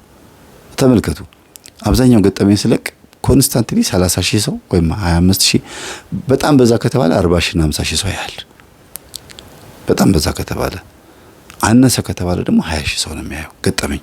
ይሄ የሚያሳየው በቃ ሁሉ ጊዜ ተመሳሳይ የሆነ የተለወጠ ቤተሰብ አለን ማለት ነው። ደስ የሚል በየቀኑ ቁጥራቸው እየጨመረ ይመጣል። እናንተ ስታስፋፉት እኔም ደግሞ ትምህርቱን እያጠነከርኩ ስመጣ የበለጠ በጣም አሪፍ ነው የሚሆነውና ለሚመለከተው አካል ይሄን አስተላልፉ። ጎረቤቶቻችሁ ሰላቢ ናቸው ወይስ አይደሉም? ጎረቤቶቻችሁ ነገረኛ የሆኑት አኩራፊ፣ በርዘግተው ብቻቸውን የሚቀመጡ የሚያለቅሱ የሆኑት ለምንድን ነው? እናንተ እንኳን እኔ ላይ የለብኝም ወይም አልተደረገብኝም ብላችሁ ታስቡ፣ እሷ እዛችኛዋ ላይ ምን አረገች? ያቺ ሴትዮ እንደዚህ አይነት በሽታ ውስጥ እንዲህ አይነት ህመም ውስጥ እንዲህ አይነት ችግር ውስጥ ያገባችሁ ማን አርጎባት ነው? ከእናንተ አልፋችሁ ለጎረቤትም ማሰብ ትችላላችሁ። እና ይሄ ትምህርት 3 ጥቅም አለው። አንደኛ ራስን ማዳን፣ ሁለተኛ ቤተሰብን፣ ከዛ በኋላ ለጎረቤት ሰላማዊ መሆን። ይሄ ነው ትልቁ ጉዳይ። እና እኚህ እናት ልጆቻቸውን ከችግር ለማውጣት 3 ነገር ተጠቅመዋል። አንደኛ በባላቸው ዘመን ባልየው በነበሩበት ዘመን ምንም ሳይናገሩ ብር እየተቀበሉ እሺ ብለው አንገታቸውን ደፍተው ተቀብለዋል። ሁለተኛ ሰላቢ ሆነው ኖረዋል። ሰላቢ ሆነው እየኖሩ ለልጆቻቸው የሚያስፈልግ ነገር እያሟሉ ትምህርት ቤት እያስተማሯቸውም። ሶስተኛ ደግሞ ሆኖ የሚቀጥለው ደግሞ እኚህ እናት ልጆቻቸውን ለማሳደግ ብቻ አይደለም ካደጉ በኋላ ሚስጥሩን ጠብቀው ኖረዋል ሳይናገሩ። እና እኔ የገባሁበትን ልጆቼ አይገቡበትም ብለው ወጥረው የያዙበት አስተሳሰባቸው በራሱ መንፈሱ ሙሉ በሙሉ እንዳልተቆጣጠራቸው ነው የሚያሳየው እንጂ የሰላቢ ልጅ ሰላቢ፣ የሌባ ልጅ ሌባ እንደሚባለው አይነት ነገር ነው የሚሆነው የነበረው። እና እግዚአብሔር ሊያድን ሲፈልግ እንደዚህ ነው። መጨረሻ ላይ የእመቤታችንን ሳጥን ለምንድን ነው የሰረቁት ስላቸው እኔ አላውቅም እኮ ስሰርቅ ነው ያሉት። የመንፈሱን ድፍረት በጣም ነው ያደነኩት። ስለዚህ እኚህ እናት የቤተ ክርስቲያንን ሳጥን ሲሰርቁ ይሄን ያክል እንኳን ልባቸው ካላወቀ ካህናቱም አገልጋዮችም አስራት በኩራት ብሎ የሚመጣውን ሙዳየ ምጽዋት ውስጥ ያለውን አፈስ አድርጎ ኪሳቸው ውስጥ ሲከቱ በቆጠራ ሰዓት እንግዲህ ሁልጊዜ ቆጠራ አለ አይደል? ብር ቆጠራ በወርም ይሁን በሳምንት በዛ ሰዓት ልክ እንደ ባለ መብት እኮ ነው አፈስ አድርጎ ክትት ያደርጋሉ እንደዚህ አድርጎ ኪሳቸው ውስጥ። ስለዚህ ይሄ መንፈስ እንደ ሳያስተውሉ ነው እንዲሰርቁ የሚያደርጋቸው ወይስ ጠቋር ስለሆነ ደፋር አልጠቋር የእግዚአብሔር ንብረት ያው የራሴ ነው ደሞዛችን ነው በተዘዋዋሪ መንገድ ብለው ልክ አንዳንድ ልጆች ከእናቴ ማህረብ ብር ወሰድኩ ማለት ሰረኩ ማለት አይደለም፣ ነገ ከሚሰጠኝ ላይ አጎደልኩ ማለት ነው ብሎ እንደሚያስቡት ማለት ነው። እና እነዚህም አገልጋዮች ደፋር ሆነው የእግዚአብሔርን ቤት የሚመዘብሩት በዚህ አይነት መንፈስ ነው ማለት ነው ብዬ እንድረዳ አድርጎኛል። አዎ መንፈስ ነው፣ አዎ መንፈስ ነው በቃ ማለት ነው የሚሻለኝ እነሱ ነፃ ለማውጣት። ሌላ ምን ልል ይችላል ታዲያ? ሴት የሚደፍሩት፣ አስማት የሚያረጉት፣ ገንዘብ የሚሰርቁት፣ ከአገልጋይ የማይጠበቅ ነገር የሚያደርጉት በጠቋር መንፈስ ምክንያት ብቻ ነው። አገልጋይ ላይ ጠቋር እንዳለ ምልክቱ እግዚአብሔር ላይ ሲዳፈሩ ነው። እስራት እንዳይጸናባችሁ አታፊዙ ይላል ትንቢተ ኢሳይያስ 28:22 ላይ 22:28 እና 28:22 ላይ እስራት እንዳይጸናባችሁ አታፊዙ። ባፌዙ ቁጥር ገንዘቡን በዘረፉት ቁጥር እስራታቸው እየበዛ ነው የሚመጣው።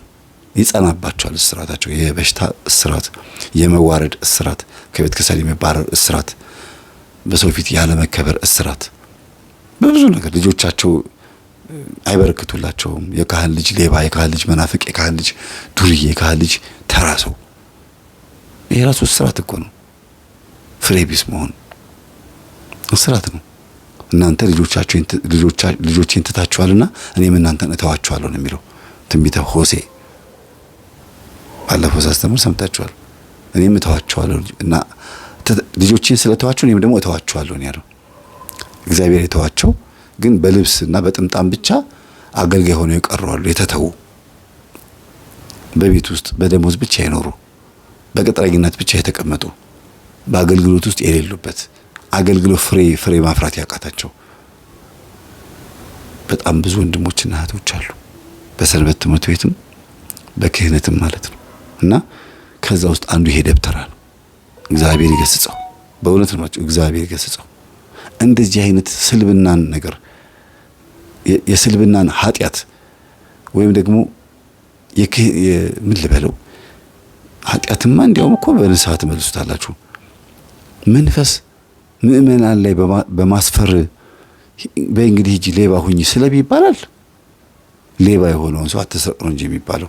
በየዋነት እኮ ነው የምነግራችሁ። እውነት ስታስቡት አንዳንዴ ምን አይነት ጭንቅላት ቢኖራቸው ነው? ሁለት አይነት ዓለም ነው እንዴ የምንኖረው? እኔ የዚህን ያክል እንኳን በቀናነት እንዴት ካህን ወይም እንዴት አንድ የሚያገለግል ቤተክርስቲያን ውስጥ የሚያገለግል አንድ መሪ ጌታ ወይም ደብተራ የተባለ ሰው ስልብና መንፈስ ላይ አድርጎባት ሂጂና ስረቂ የኔ ውሽማ ቀመጤ ሆኚ ብሎ እንዴት በዚህ ልክ ያስባሉ እላለሁ። በሌላ በኩል ደግሞ ንጹሃን አባቶች እንደ ንስሐ አባት ያሉ በጣም ንጹህ የሆኑ ምንም ነገር የሌለባቸው ደግሞ ስታዩ ደግሞ ያብዛልን እንላለን በእውነት። እና እኚህ እናት ልጆቻቸውን ለማትረፍ የሄዱበት መንገድ ዋጋ አስከፍሏቸዋል። ገንዘቡም አልጠቀማቸውም። ዛሬ የሰው እጅ ከማየትም አልተረፉም። ገንዘቤን አምጪ አይነት ነገር ነው ብሩ ያለቀው። እና ቤታቸውን ብቻ ታቅፈው ነው የተቀመጡት። በደህና ጊዜ የገዙት ቤት። እግዚአብሔር ይማርህ በሉት ጸበል ያለው ወንድማችንን። ታላቅ ወንድሙ ደግሞ እየሄደ ምግብ ያመላልስለታል። ድኗል ከስጋ በመንፈስ ግን ወንድሙ ደግሞ ድኖ ከመጣ በኋላ እሱም ተመልሶ ቀጣይ ጸበልተኛ እንደሚሆን ነው ተስፋ የሚያደርገው። እግዚአብሔር ይፈውሳቸው። እንግዲህ 2 ልጆች ነው ያሏቸው። ይሄን ይመስላል የዛሬው ገጠመኝ። እንድናገረው ስለተፈቀደልኝ አመሰግናለሁ። በገዳምም ወይም በጸበል ቦታ ያለው ወንድማችን ታናሽ ወንድማቸው፣ ትልቁም እናትየዋም እህት አክስት የምትባል ማለች እሷም ሁሉንም ሰብስቤ ላስተምርበት ወይ ብዬ ስጠይቃቸው ትችላለህ ነው ያሉኝ። እግዚአብሔር ይስጥልኝ አመሰግናለሁ።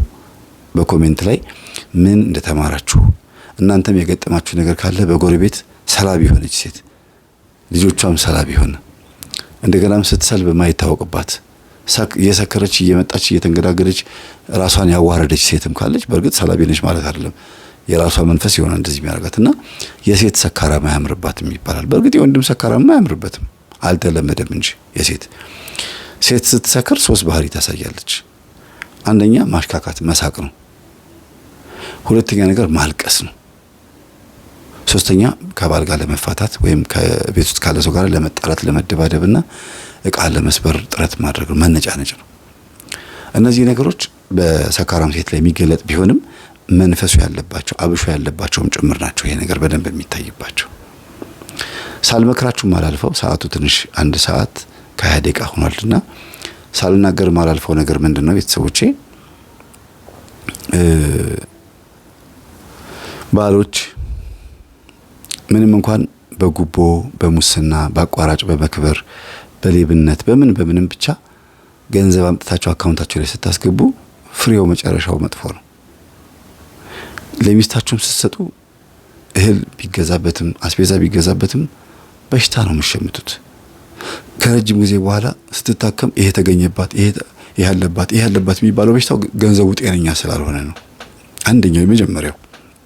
ሁለተኛ ሰላም አይሰጣችሁም። ውጤቱ በሂደት ነው የሚታየው። ሌላው ቤት ውስጥ ልጆች ከቤተሰብ ጋር አብረው በሚኖሩበት ሰዓት ልጆች ማወቅ የሚገባቸውና ማወቅ የማይገባቸው ነገሮች አሉ። ምንም እንኳን የቤተሰብ ኮንፈረንስ ቢኖርም አሁን ይሄን ልናወራ ስለሆነ ውጡ ብላችሁ የምትሉት ነገር ሊኖር ይገባል። እኚህ እናት ለልጆቻቸው ምንም ነገር አልተናገሩም፣ ግን እግዚአብሔር አልደበቀውም። እግዚአብሔር ፊት ለፊት ነው ያወጣው። ኃጢአት ብቻ አይደለም ግፍም ሲሆን ወይም ደግሞ ዝርፊያም ሲሆን አንዳንዴ መጀመሪያ ማንም ሳይሰማ በፊት ልጆች ቀድሞ የሚያውቁበት ሁኔታ አለ። የመስሪያ ቤት ስራ አስኪያጅ፣ ትልልቅ ቦታ ላይ የተቀመጡ ባለስልጣናት ቤታቸው ተቀምጠው እሁድ ጠዋት ወይም ቅዳሜ ስራ በሌለበት ቀን አንዳንድ ባለ ጉዳዮች በግ ይዘው ይመጣሉ። ጥሩ ስጦታ ይዘው ይመጣሉ። ያ ምንድነው? የስራ እድገት ፈልገው ወይ ጉዳይ እንዲፈጸምላቸው ፈልገው ይመጣሉና አባዬ በየቀኑ ነው እንደ በግኛ ቤት የሚመጣው ብላ ጠይቃለች አንዲት ልጅ። አዎ ሰዎች ስጦታ ብለው ያመጡልኛል። ይሄን ብቻ ነው የሚናገረው። እናቷን ደግሞ ሄዳ እማዬ ለአባዬ ሁል ጊዜ በግ ስጦታ ይመጣለታል፣ አንቺ ለምንድን ነው የማይመጣው? ሌባ ስላልሆንኩኝ ትላለች። ልጅቷ ደግሞ እድሜዋ ገና 8 ነው። ሌባ ስላልሆንኩኝ። አባዬ ሌባ ነው ማለት ነው? አዎ። እንዴት? ሌቦች መጥተው ሌብነት ያለማመዱታል እንጂ አባትሽ ጨዋ ነበረ፣ ይሄን ደግሞ ሄደሽ እንዳትናገሪ ትላታለች። እና ልጅ ደግሞ መቋጠር አይወድም አይደለ? እንግዶች እሁድ ቀን ሲመጡ በጊዜው መተው እንዴት ነው ጋሼ ሰላም ነው?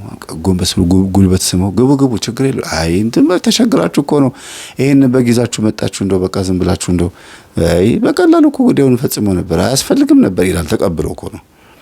ከዛ እንግዶች ሲመጡ ልጅቷ ትመጣና ውጡ አባቴ ሌብነት አታስተምሩት፣ እናንተ ናችሁ አባቴ ሌባ ያደረጋችሁት ብላ አባቱን ፊት ለፊት አዋረደችውና አንዳንድ ጊዜ ልጆች መስማት የማይገባቸው ነገር ባታሰሟቸው፣ አንዳንድ ጊዜ ደግሞ ለበጎም ነው። በእርግጥ እንግዲህ ሁሉ ነገር አትናገሩ አይደለም ለልጆች፣ ለአባት ለባልም እንኳን ሚስት ሁሉን አትናገርም፣ ለሚስትም ደግሞ ባል ሁሉን አይናገርም። እና ሌብነት እየበዛ ሲመጣ በቃ እንትን መብት ይሆናል። ልክ አንዳንድ ትራፊኮች ጉቦ መቀበልን እንደ መብት ቆጥረውት በቃ አሁን በአካውንት ነው ትራንስፈር የሚደረገው። ትራፊክ ላልኳችሁ እንጂ ሌላውን ቦታ ላይ በቃ አካውንት ላክ፣ ይሄን ያክል ብር ካላመጣ ጉዳዩ አይፈጸምም። ቀበሌ የምትሄዱ ወረዳ የምትሄዱ የተለያየ ቦታ ላይ የምትሄዱ በገንዘብ ነው የሚፈጸመውና እንደ እንትን ሆኗል፣ ኖርማል ሆኗል ማለት ይብሉ አይነት ነገር መንግስትም ጸጥ ብሏቸዋል። ጉዳይ ለማስፈጸም እንደዛ ያን ያክል ገንዘብ ነው የሚከፈለውና ያ ገንዘብ ግን መጥቶ እውነት ጤንነት ይሆናል ወይ? ቅቅሉንም ጠብሱንም ምኑንም ስትበሉት እውነት ጥሩ ስሜት ይሰማችኋል? እውነት ማለት ታገሳላችሁ? ሳይጠገብኩ ትላላችሁ? እውነት እኔ እንጃ አንዳንድ ቀን እንደነግጣለሁ። ለምንድን ነው ከቤት ከሳንም ጭልጥ አድርጎ የሚያስጠፋቸው? ይሄ ኃጢአት ሊሆን ይችላል። ከዛም ደግሞ የሰዎቹም ደግሞ ሲመጡ በጉን ይዘው ሲመጡ ከጉዳይ ጋር ነው የሚመጡት።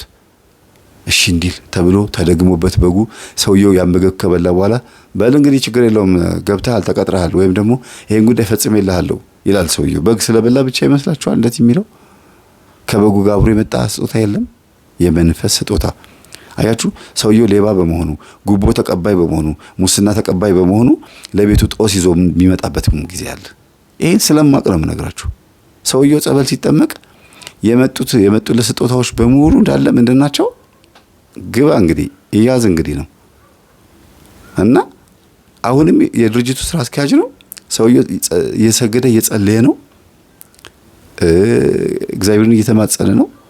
ግን የብዙ ሰዎችን እንጀራ የከፈተ የሚመስለው ስራ በማስቀጠሩ ነው።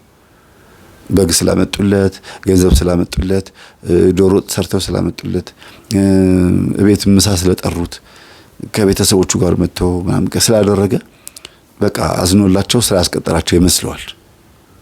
ምን ያርገው? የመጣውን በግ መልሱት አይልም። ዓለማዊ ነው ይሄ ሰው። ግን ከበጉም ከቤተሰቡም ከስጦታውም ጋር አብሮ የመጣ ኮተት አለ። ቤተሰብ በዚህ ጦስ ምክንያት ብዙ ተበትነዋል። ባልና ሚስት ይለያያሉ፣ ልጆችም መረን ይሆናሉ። ብዙ ጊዜ የባለስልጣናትና የባለ ሀብቶች ወይም ደግሞ የትልልቅ ድርጅት ዋና ስራ አስኪያጆች ምናምን ልጆቻቸው በጣም ከባድ ችግር ውስጥ ነው ያሉት። የሲጋራ የጫት ሱሰኛ ይሆናሉ። የሐሺሽ በተለይ ዊድ የማድረግ ሱሰኞች ይሆናሉ። ከዛ ደግሞ ፖርኖ ፖርኖግራፊ፣ ግለ ወሲብ በመፈጸም ሌዝቢያን የመሆን ግብረ ሰዶም የመሆን ቻንሳቸው በጣም ሰፊ ነው። ለምን? ገንዘቡ አለ፣ ሄዶ ይዝናናሉ። ዴይ ፓርቲ አለ፣ እናት ታዝናናለች፣ ተጫውተው ይመጣሉ። ምንም ኑሮ አይከብዳቸውም። ኢትዮጵያ ጦርነት ላይ ትሁን አትሁን አይመለከታቸውም። እነሱ ሄዶ መጨፈር መጫወት ነው። የደህና ቤተሰብ ልጆች ማለት ነው። በቃ ፈታ የማለት ነገር፣ መኪና የመያዝ የመንደላቀቅ ነገር። ከዛ እያሉ የሉም ልጆቹ ተቀምጠዋል። እናትና አባት ልክ የሆነ እድሜ ላይ ሲደርሱ ልጆቹ ለካ ከነሱ ጋር አይደሉም። ተመለስ ቢሉት የማይመለስ፣ ለምን እንደዚህ ሆንክ ቢሉት የማይመለስ፣ ቃና መልስ የማይመለስ ይሆናል። ከስር ያለው እንዴ ብሎ የሚደነግጡ ቤተሰቦች እኮ አሉ። አንድ ላቅቄ አሞላቅቄ አሳድጌ ሀብታም ሆኜ ምንም ሳይጎል የዚህ ትልቅ ድርጅት ባለቤት ሆኜ 4-5 ልጆች ወልጄ አንድ ልጅ እንኳን መሞሸር ያቅተኛል ይላሉ።